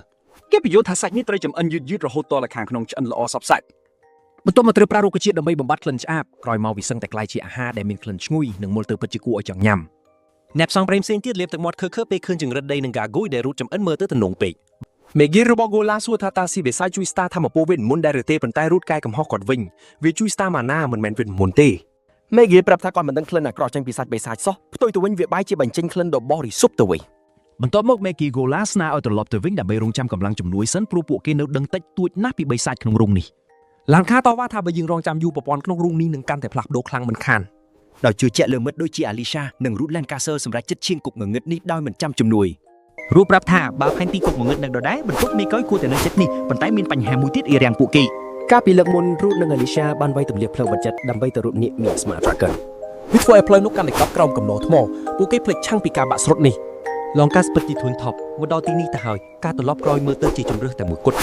ពេលនោះរូតនឹកឃើញថាកណ្ដុរ Chaos មកមានជំនាញធ្វើឲ្យវេទមន្តដីរបស់គេអត់ប្រយោជន៍ហើយដោយសារគេបានស៊ីវាគេក៏ទទួលបានជំនាញកាយដីនេះ រូតប្រើវាកាយថ្មចាញ់បើកផ្លូវទៅកាន់បន្ទប់មេកុយពេលក្រោយមកក្រុមនេះបានរកឃើញសុទ្ធនាគសក្នុងបន្ទប់មួយនៃគុកងងឹត សូម្បី Megil ដូច Lankas ក៏មិនធ្លាប់ឃើញផ្ទាល់ដែរគាត់ស្គាល់តែតាមសភៅទេនាគរឿងព្រេងនេះភ្ជាប់នឹងសេចក្តីស្លាប់និងការកើតថ្មី Lankas បញ្យល់ថាពេលរាងកាយវាស្លាប់ព្រលឹងវានឹងកើតថ្មីហើយគុកងងឹតនេះដើរតួជាកន្លែងថែទាំជីវិតថ្មីនោះ តួរាងកាយវាស្លាប់បាត់តែចំណេះដឹងក្នុងព្រលឹងនៅតែមានគេថាវាអាចយល់ភាសាមនុស្សហើយថែមទាំងមានប្រាជ្ញាអាចមើលឃើញអនាគតទីផងអ្នកប្រមាញ់ម្នាក់ធ្វើមិនដឹងរួចថាវាគ្រាន់តែជាសុទ្ធទេហើយចូលទៅវាយបំបែកមួយពេលវាញាស់ទោះបី Lankas ប្រមានក៏គេនៅតែទៅមុខមុនពេលទៅដល់ប្រមោយមួយបានលួចចេញពីសុទ្ធមកវែកគាត់ពេលនោះប្រមោយច្រើនទៀតក៏លេចមកសុទ្ធនោះកំពុងការពារខ្លួនវា Lankas ប្រាប់ថានេះជាសភាវគតិរស់រានប៉ុណ្ណោះហើយបញ្ជាឲ្យគាត់ថយក្រោយចេញ ទោះបីជាយ៉ាងនេះក្តីវានៅតែជានាគពិតប្រាកដដោយចង់ដឹងពីសមត្ថភាពវារូបក៏ប្រើការវិតម្លៃប៉ុន្តែស្ថានភាពរបស់វាត្រូវបានលាក់ចិត្ត ពេលគេស្នើឲ្យដកថយចាំជំនួយ Megil Gola ថាទួលខ្នងអេះមកទីក៏ប្រហែលទប់ទល់មិនឈ្នះវាដែរទោះយ៉ាងណា Lankas ចង់សម្លាប់វាមុនពេលញាស់ហើយសូមឲ្យគ្រប់គ្នាជួយវាយប្រហារ ពេលអ្នកផ្សេងកំណត់គោលដៅលើជើងសុទ្ធនោះ Lankas បានទៅខាងចំហៀងហើយកាត់ជើងមួយដាច់ប៉ុន្តែសុទ្ធនោះដុសជើងវិញក្នុងប៉ុន្មានវិនាទីធ្វើឲ្យគ្រប់គ្នាភ្ញាក់ផ្អើលយ៉ាងខ្លាំងដោយសារវាយមិនបានផល Lankas បានសុំជំនួយពី Ruth ហើយប្រាប់ផែនការដ៏លឿនមួយ ស្របពេលដែលនាគក្នុងសុទ្ធស្រែកក្រហមពេលគ្រប់គ្នាកំពុងខ្ទប់តិច Lankas ក៏ស្ទុះចូលទៅកាត់ជើងវាមួយទៀតពេលគាត់ព្យាយាមឡើងលើសុទ្ធនោះប្រមោយមួយបានផុសពីដីមកចាប់គាត់ជាប់ពេលគាត់ចិត្តនឹងត្រូវវាយបកទៅឲ្យ Eber និង Megil Gola ក៏លោចូលមកជួយការពារគាត់ Lancaster ប្រញាប់តាំងស្មារតីវិញហើយវាយមួយទំហឹងធ្វើឲ្យសុទ្ធនោះខូចខាតយ៉ាងដំណំបន្ទាប់មក Ruth ក៏ចូលទៅវាយផ្ដាច់តែម្ដង ជាមួយនឹងដាវពេញដោយម៉ាណាគេកាត់ច្រៃសុទ្ធនោះយ៉ាងងាយស្រួលតែទោះជាយ៉ាងណារាងកាយពិតរបស់នាគនៅតែគ្មានរបួសដដែល ពួកគេគ្រាន់តែបំបីសម្បុកក្រៅប៉ុណ្ណោះ Alicia បញ្ជាឲ្យ Sylphid វាយផ្ដាច់តាមប្រហោងនោះតែសុទ្ធក៏បិទជិតវិញមុនពេលវេទមន្តទៅដល់ Megil Gola ថាពួកគេវាយមិនឈ្នះទេបើនាគនៅតែបន្តដោះសាច់វិញចឹងព្រៀបរបស់ពួកគេស្រាប់តែបាត់បង់ហើយការប្រយុទ្ធចាប់ផ្ដើមវាយបកវិញនាគដែលឆ្លាតវៃបញ្ចេញថាមពលដែលធ្វើឲ្យក្រុមអ្នកប្រមាញ់ព្រឺសម្បូរហើយពួកគេសម្គាល់ឃើញថាសុទ្ធចាប់ផ្ដើមផ្លាស់ប្ដូរ Alicia ដឹងថាវាកំពុងញាស់ Lankas ស្រែកថាពួកគេអស់ពេលហើយត្រូវបញ្ចប់វាឲ្យដាច់តែម្ដង ការដកសាច់វិញរបស់វាពិតជាគួរឲ្យខ្លាចតែជើងរបស់វានៅតែជាចំណុចខ្សោយ Lankas បញ្ជាឲ្យគ្រប់គ្នាវាយព្រមគ្នាដើម្បីបង្កើតចន្លោះប្រហោងមួយ Megil Gola ទៅកាន់ខាងស្ដាំខណៈដែល Eber និងអ្នកប្រមាញ់ដៃក្រញ៉ាំទៅការពារនៅខាងឆ្វេង អ្នកប្រមាញ់ពីរអ្នកទៀតផ្ដោតលើខាងមុខចំណែក Ruth និង Alicia ទៅកាន់ផ្នែកខាងឆ្វេងនៅពីមុខពួកគេ រួចគ្រប់គ្នាក៏សម្រុកទៅរកសុទ្ធសត្វចម្លែកបដូររាងជាបន្លាហើយបាញ់ស្រួចស្រួចដាក់ពួកគេប៉ុន្តែអ្នកប្រមាញ់ម្នាក់បកកាយខានរនាំងវេទមន្តបានជួយការពារក្រុមទាំងមូលជាមួយនឹងជំនាញរបស់នាង នាងប្រាប់លង្កាថានាងនឹងការពារគាត់ដូច្នេះគាត់គ្រាន់តែផ្ដោតលើការវាយប្រហារទៅលង្កាក៏ប្រមូលម៉ាណាដើម្បីឲ្យជំនាញបន្ទាប់របស់គាត់ខ្លាំងជាងមុនពីរដងទោះបីរៀបចំរួចរាល់ក្តីតែ Alicia នៅតែឆ្ងល់ថាពួកគេអាចបំបាក់ជើងទាំងអស់ក្នុងពេលតែមួយយ៉ាងម៉េចទៅ Ruth ថាគេនឹងចាត់ការរួចក៏ប្រើជំនាញបញ្ជាដែលបានពី General Lizard វាជួយឲ្យគេនិយាយជាមួយគ្រប់គ្នាតាមផ្លូវចិត្ត គេប្រាប់ឲ្យគ្រប់គ្នាកាត់ជើងអ្នកការថ្មីនេះព្រមគ្នាពេលការរាប់ថយក្រោយចប់ ពេលរាប់ដល់0គ្រប់ក្រុមក៏វាជើងវាព្រមគ្នាសុទ្ធនោះបានធ្លាក់ដល់ដីដែលបើកឱកាសឲ្យ Lankas បញ្ចេញការវាយប្រហារដ៏ពេញទំហឹងរបស់គាត់ ដោយសារការសហការគ្នាល្អអ្នកឆ្លាតវាយក៏ដួលរលំក្រោយប្រើកម្លាំងស្ទើរអស់ Lankas ក៏ចិត្តដួលសន្លប់ដែរ Megil Gola សារភាពថាពួកគេដាច់ខាត់មិនឈ្នះនាគនេះទេបើមិនសហការគ្នា ពេលដឹងថាគ្រប់គ្នានៅរស់រានមានជីវិតក្រុមនេះក៏អបអរជ័យជំនះរបស់ពួកគេលើនាគដ៏ឆ្លាតវៃ អ្នកប្រមាញ់ដែលជួយ Eber បំបាក់ជើងវានោះនៅតែរក្សាភាពស្ងប់ស្ងាត់ហើយទៅប្រមូលត្បូងវេទមន្តរបស់នាគដើម្បីយកទៅលក់យកលុយធំធម្មតាសត្វចម្លែកស្លាប់តែងតែមានត្បូងវេទមន្តតែគេរកអត់ឃើញអីសោះពេលដឹងថាវាគ្មានត្បូងសោះនាគដែលកាយថ្មីមិនបានសម្រេចនោះក៏វាប្រហារគេតែម្ដង សត្វចម្លែកនោះនិយាយភាសាមនុស្សហើយប្រាប់ថារាងកាយនេះប្រើការលេងបានយូរទេដូច្នេះវាត្រូវតែរងចាំការចាប់ជាតិនៅពេលក្រោយទៀតប៉ុន្តែមុនពេលនោះវាចង់កម្ចាត់ពួកអ្នកផ្សងព្រេងដែលបានចូលមករំខានវាជាមុនសិន Megil Gola ទទួលអារម្មណ៍ដឹងពីធម៌ពលគួរឲ្យខ្លាចរបស់បិសាចនេះពេលគាត់ប្រមានអ្នកដតីនាគឆ្លាតវៃ Ophis ក៏ដើរសម្ដៅរកពួកគេ អ្នកផ្សងព្រេងទាំងអស់ស្រឡាញ់កាំងនឹងរូបរាងថ្មីដ៏ចម្លែករបស់នាគមួយនេះពួកគេរឹតតែភ្ញាក់ផ្អើលខ្លាំងនៅពេលដែល Ophis អាចនិយាយភាសាមនុស្សបានយ៉ាងច្បាស់ Lancaster បញ្យល់ថានាគពិតប្រាកដជាកំពូលនាគដែលមានឋានៈក្បែរព្រះហើយអាចយល់ភាសាមនុស្សបានយ៉ាងល្អ Ophis និយាយទៅកាន់ពួកគេថាវាធំក្លិនកខ្វក់គួរឲ្យស្អប់ខ្ពើមអ្វីមួយដែលមើលទៅដូចជាមនុស្សប៉ុន្តែមានអារម្មណ៍ថាជាបិសាចបន្ទាប់មកវាប្រាប់ឲ្យពួកគេញាប់ញ័រដោយភាពភ័យខ្លាចដើម្បីកដោវាក្មេងស្រីដែលបានការពារ Lancaster ប្រើវេទមន្តងងឹតលាក់ខ្លួនយ៉ាងជិតឈឹង ស្រាប់តែបិសាចនោះចាប់ផ្ដើមប្រេស្រាមបង្ហាញថារាងកាយរបស់វាកំពុងរលួយឡើងកែស្រ័យប្រាប់ឲ្យគ្រប់គ្នាវាប្រហារភ្លាមៗ នេះជាឱកាសល្អបំផុតហើយប៉ុន្តែពួកគេភាគច្រើនមិនសូវមានកម្លាំងគ្រប់គ្រាន់ទេបន្ទាប់ពីការប្រយុទ្ធមុននេះអ្នកផ្សងព្រេងដែលបានរត់ទៅរកសុទ្ធមុនគេនោះព្យាយាមលួចរត់ចេញពីទីតាំងរបស់បិសាច ប៉ុន្តែ Office បិទច្រកចេញដោយធម្មពលចិត្តហើយនិយាយថាទោះបីមានដៃម្ខាងក៏ការកន្តិចកណ្ដុលពី3ក្បាលគឺងាយស្រួលដែរ លោកក៏សេតតទៅវិញយ៉ាងក្លាហានដោយការរំពឹងទុកហើយក្រុមអ្នកផ្សងព្រេងទាំងអស់ក៏លួចសម្រុកទៅវាយប្រហារ Office ព្រមគ្នាមិនយូរប៉ុន្មានពួកគេឃើញថាការវាយប្រហារគ្មានប្រសិទ្ធភាពទេពួកគេដឹងថាបិសាចនេះអាចអានចលនារបស់ពួកគេបាន Office និយាយថាពួកគេពិតជាគួរឲ្យធន់ទ្រាំណាស់ហើយទាមទារឲ្យប្រយុទ្ធល្អជាងនេះពេលពួកគេចូលគៀកវាក៏វាយបំផាំងពួកគេចេញ Alicia សួរ ឃើញគ្រប់គ្នាកំពុងលំបាក Alicia សម្រាប់ចិត្តបញ្ចប់វាដោយក្បាច់កម្ពុជា Quintet of Spirit ហើយប្រាប់រូតឲ្យបញ្ជូនសារបន្ត តាមរយៈការផ្ញើសារផ្លូវចិត្តនាងប្រាប់គ្រប់គ្នាពីការវាយប្រហារនេះនាងត្រូវការឲ្យពួកគេចាំកិច្ចឲ្យបានទាន់ពេល លើសពីនេះនាងចង់បានការគ្រប់គ្រងពីពួកគេទាំងអស់គ្នាក្រោយប្រមូលធម្មពលវេទមន្ត Alicia ប្រាប់គ្រប់គ្នាឲ្យថយចេញ ក្រុមអ្នកផ្សងព្រេងក៏ដកថយមួយរំពេចទុកភ្លើឲ្យនាងបាញ់ក្បាច់ Quintet of Spirit តែទោះមានធម្មពលខ្លាំងយ៉ាងណាក៏ការវាយប្រហារនោះបរាជ័យហើយសត្វចម្លែកក្រោកឈរឡើងវិញ Office សារភាពថាខ្លួនប្រហែលរួចក៏ចាប់ផ្ដើមវាបកវិញបន្តិចក្រោយមកវាប្រើកន្ទុយវាឡានខាស់ខ្ទាក់ទៅម្ខាង ក្រុមអ្នកផ្សងព្រេងចាប់ផ្ដើមវាយប្រហារទាំងប្រថុយប្រឋានដែលបង្ហាញយ៉ាងច្បាស់ថាពួកគេអស់កម្លាំងពេលតទល់ជាមួយនាគដ៏ឆ្លាតនេះ សូម្បីតែ Ebert ក៏ចាប់ផ្ដើមប្រើក្បាច់ដែលងាយទាយដឹងហើយ Office បំបែកវាចោលដោយគ្មានបញ្ហា Ebert ស្មានថារកឃើញចំណុចស្លាប់តែនៅតែបរាជ័យថែមទាំងត្រូវបោកទម្លាក់ចូលរណ្ដៅ Office ចាត់ទុកការវាយប្រហារនេះថាគួរឲ្យរំខានបំផុត ពេលឃើញមិត្តភក្តិរៀបនឹងស្លាប់បានដាក់អតីតកាលដ៏ឈឺចាប់របស់ Alicia ឡើងវិញនាងខ្លាចរឿងនេះកាត់ឡើងម្ដងទៀតរហូតគៀងធ្វើអ្វីលេងចេញ Alicia មកទោះខ្លួនឯងដែលគ្មានសមត្ថភាពខណៈសត្វចម្លែកនោះគំរាមសម្លាប់នាងនិងយកនាងធ្វើជាធម្មពលសម្រាប់បង្កើនប្រាជ្ញារបស់វារូតដឹងច្បាស់ថាលេងអាចឈ្នះទៀតហើយឱកាសតែមួយគត់គឺរូតគិច គេគិតថាអាចនឹងរត់រូបដែលអាចទិញពេលយូរគ្រប់គ្រាន់ដើម្បីរត់ទៅកាន់រង្វង់វេទមន្តនៅកណ្ដាលកុហានេះ ពេលគេសាកល្បងបញ្ជាខ្សែឆ្លៃអ្វីទាំងអស់នៅស្ងៀមម៉ាណាគេខ្សត់ពេកហើយគេដឹងថាបើមិនអាចស្ដារវិញទេពួកគេទាំងអស់គ្នានឹងស្លាប់ ពេល Office សម្ដៅវាយ Alicia វាបាញ់នឹងហាមនាគតែនាងរារាំងបានដោយជំនួយពី Sifit ប្រធាន Guild Gola លោតចូលវាយដោយដើរហោះតែសត្វចម្លែករារាំងវាជាប់ដោយវេទមន្តរួច Office បាញ់បកវិញជាក្របទឹកអ្នកផ្សងព្រេងឡើងធុញទ្រាន់នឹងជំនាញច្រើនស្អិតស្កោះរបស់វាទៅហើយតែសត្វចម្លែកនេះនៅមិនទាន់បញ្ចប់ទេ វាចាប់ផ្ដើមប្រមូលធម្មពលវាយប្រហាររបស់ Lancaster ដែលធ្វើឲ្យគ្រប់គ្នាស្រឡាំងកាំងប្រធាន Guild Gola ស្រែកថាឱកាសមកដល់ហើយសត្វនោះកំពុងរវល់ប្រមូលធម្មពលទៅវាមិនអាចការពារខ្លួនបាន Alicia ហៅ Audia និង Vaki on ឲ្យមកការពារអ្នកផ្សេងរួចនាងបញ្ចូលវេទមន្តរន្ទះទឹកទៅក្នុងដៅប្រធាន Guild ដោយជំនួយនេះប្រធាន Guild ស្ទុះចូលទៅផ្ដួលសត្វនេះទូក្នុងតម្លៃណាក៏ដោយតែគាត់ចាប់ដឹងថា Office បានរៀបអន្ទាក់ហើយពេលនោះគាត់បង្វាយទឹកដៅលែងទាន់ទៅហើយ Office បុកទម្លុះប្រធាន Guild Gola តែម្ដង Audia ស្ទុះទៅវាយបកវិញតែក្បាច់របស់នាងមិនបានការសោះ មួយផ្លែក្រោយមក Office ក៏តបាក់នាងចូលទៅដែរការបាត់បង់ Audio ធ្វើឲ្យ Alicia ឈឺចាប់សើដៃខ្យល់ ការវាយប្រហារបែបប្រមូលកម្លាំងភាគច្រើនគេទុកប្រើទៅលើសត្រូវដែលខ្លាំងជាងខ្លួនទេវាធ្វើឲ្យយើងងាយរងគ្រោះមែនតែបដូរមកវិញនឹងធម្មពលដ៏មហាសាល Office សួរចំអកទៅកាន់ Alicia ថាតើនាងចង់ដឹងទេហេតុអីបានជាវាប្រើក្បាច់ដ៏ខ្លាំងបែបនេះទៅលើសត្វកណ្ដោដ៏ទន់ខ្សោយនោះវាប្រាប់ថាវាធ្វើបែបនេះព្រោះចង់ឃើញភាពអស់សង្ឃឹមនៅលើមុខអ្នកផ្សងព្រេងប៉ុណ្ណោះបន្ទាប់មក Office ក៏អោនទៅជិតរៀបចំភ្លុករសជាតិសាច់ Elf នេះតែម្ដងព្រាមនោះរូបក៏ស្ទុះបុក Office ឲ្យខ្ទាតចេញពី Alicia តែម្ដងការលួចវាយប្រហារនេះពិតជាបានផលរូបក៏ហាច់មុខរបស់បិសាចនោះយ៉ាងរនំរហូតដល់ក្របភ្នែកម្ខាងរបស់វាធ្លាក់ចេញមកក្រៅក្រោយពីរងការវាយប្រហារដ៏កាចសាហាវនេះ Office ដឹងខ្លួនព្រាមថារូបបានស៊ីសម្បកសុទ្ធរបស់វាហើយខ្លាយទៅជាសត្វចម្លែកបាត់ទៅហើយរូបនៅតែដឹងខ្លួននឹងចង់ចាំគ្រប់យ៉ាងតែគេមិនអាចបញ្ជារាងកាយរបស់ខ្លួនឯងបាននោះទេ ម៉ាណាដ៏ច្រើនសន្ធឹកសន្ធាប់កំពុងពុះកញ្ជ្រោះពេញក្នុងខ្លួនពេលដែលចាប់ផ្ដើមបាត់បង់ម្ចាស់ការគេក៏ប្រញាប់ទាញ Alicia ទៅកាន់កន្លែងសុវត្ថិភាពភ្លាម Office ឆ្ងល់ណាស់ដែលរូតមិនទាន់ខ្លាយជាបិសាចក្រោយស្រូបម៉ាណាច្រើនសន្ធឹកសន្ធាប់បែបនេះតែវានៅតែមើងងាយថារូតគ្រាន់តែជារបស់កំទេចកំទីមួយវិនាទីម្ដងរូតកាន់តែក្តៅខ្លួនគេមានអារម្មណ៍ថាខ្លួនឯងជិតបាត់បង់ស្មារតីឯងក្មេងស្រីមកពីក្រុមនគរចំណោះរបស់ឡានកាប្រាប់គេថាការគ្រប់គ្រងម៉ាណារបស់គេវឹកវរអស់ហើយនាងដាក់ដៃលើខ្នងគេហើយប្រើវេទមន្តមិនបាច់សូត្រដើម្បីជួយ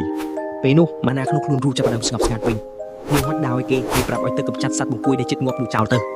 ពាក្យឌឺដងនេះធ្វើឲ្យ Office ខឹងសម្បាយ៉ាងខ្លាំងហើយស្ទុះតែសម្លាប់រត់តែហួសពេលទៅហើយរត់កាប់វាដាក់ជាពីរប្រមិនដៅប៉ុណ្ណោះ គេបញ្ញាប់រត់ទៅមើលមិត្តភ័ក្តិហើយព្យាយាមព្យាបាលរបួសឲ្យពួកគេប្រើខ្សែវេទមន្តដើម្បីដេរមុខរបួសធំៗតែវាមិនបានផលសោះឡើយក្មេងស្រីនោះទ្រាំមានថាក្រៅពីពួកគេទាំងពីរអ្នកផ្សេងសុទ្ធតែរបួសធ្ងន់បើមិនប្រញាប់ចាត់ការទេពួកគេច្បាស់ជាមិនអាចចេញពីទីនេះរួចឡើយនឹងសួរថាតើគួររងចាំជំនួយឬក៏លីអ្នករបួសទៅក្រុមម្ដងម្នាក់ប៉ុន្តែពេលនេះរូតខ្លួនឯងក៏ចិត្តឌូសន្លប់ទៅហើយដែរ ក្មេងស្រីនោះបង្ខំបញ្ជូនម៉ាណាដើម្បីបង្កើនកម្លាំងឲ្យគេបានមួយរយៈខ្លី ទោះចិត្តងាប់ក៏បិសាចនោះស្បត់ថាមិនឲ្យពួកគេចេញទៅដោយសុវត្ថិភាពឡើយវាច្បាស់ជាអូសពួកគេឲ្យស្លាប់ជាមួយគ្នា ផ្ទះសាលាក្នុងរូងចាប់ផ្ដើមបាក់ស្រុតបង្ហាញថា Office គឺជា Snow នៃរូងនេះក្មេងស្រីប្រាប់ឲ្យប្រញាប់ចេញមុនពេលថ្មសង្កត់ស្លាប់តែរូតស្ដាប់តាមបេះដូងរួចស្ទុះទៅរក Alicia ដែលកំពុងសន្លប់បាត់ស្មារតី សំឡេងថ្មបាក់បានដាស់ Alicia ឲ្យភ្ញាក់ឡើងពេលនាងបើកភ្នែករូតប្រាប់ថាគេឈ្នះនាងប្រាជ្ញាហើយដូច្នេះពេលនេះពួកគេត្រូវតែគិតចេញពីរូងបិសាចជាបន្ទាន់ Alicia សារភាពថានាងអស់ម៉ាណាហើយមិនអាចកម្រើបានទេនាងប្រាប់ឲ្យគេទុកនាងចោលរត់ស្ទើរតែមិនជឿជាខ្លួនឯងគេបន្ទោសខ្លួនឯងថានាងអស់ម៉ាណាបែបនេះគឺមកពីគេបង្ខំនាងខ្លាំងពេក ក្មេងស្រីម្នាក់ទៀតជំរុញឲ្យគេបញ្ញាប់រត់ចេញមុនពេលពួកគេត្រូវកប់រស់ទាំងអស់គ្នា តែរូតនិយាយថាគេមិនអាចបោកបង់មិត្តភក្តិឡើយក្មេងស្រីនោះដើរចេញហើយថានាងគោរពគេតែមិនគ្រប់គ្រងការសម្រេចចិត្តនេះទេរូតដឹងច្បាស់ពីស្ថានភាពដ៏អាក្រក់នេះ វាផ្លិតនោះគេគិតចង់ពេញខ្លួនតែពីអ្នកអាលីសៀប៉ុន្តែគេបោះបង់គំនិតនេះចោលព្រោះមិនអាចរត់ចោលអ្នកផ្សេងបាន គេព្យាយាមរកគ្រប់វិធីដើម្បីសង្គ្រោះមនុស្សគ្រប់គ្នាពេលកំពុងគិតអាលីសៀបានប្រាប់ឲ្យគេរត់ទៅ ដែលជាអ្វីដែលមិត្តភក្តិពួកគេចង់បានឡានការដែលកំពុងសន្លប់ពាក់កណ្ដាលក៏យល់ស្របដូចគ្នាគេរំលឹករួមថាជីវិតអ្នកផ្សងព្រេងតែងតែបាត់បង់មិត្តភក្តិបើអ្នកដែលអាចរួមមិនព្រមរត់តើអ្នកដែលស្លាប់ទៅមានមោទនភាពយ៉ាងម៉េចកើតអេបឺតព្រមានថាមានវិស័យច្រើនទៀតកំពុងប្រមូលផ្ដុំគ្នាក្នុងរូបនេះពួកវារៀបនឹងសម្រុកមកហើយតែរូបប្រកាសថាគេមិនអោយអ្នកណាស្លាប់ឡើយ អាលីស៊ីចេះតែប្រាប់ឲ្យគេរត់ចេញតែគេមិនព្រមឡើយគេខឹងខ្លួនឯងដែលតែងតែជាមនុស្សទុនខ្សោយមិនអាចសង្គ្រោះអ្នកណាបាន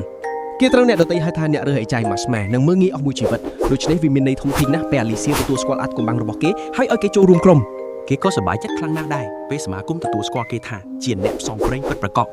ពេលនេះគេស្បោះថាមិនបោះបង់មិត្តភក្តិដែលបានទុកចិត្តគេដាច់ខាត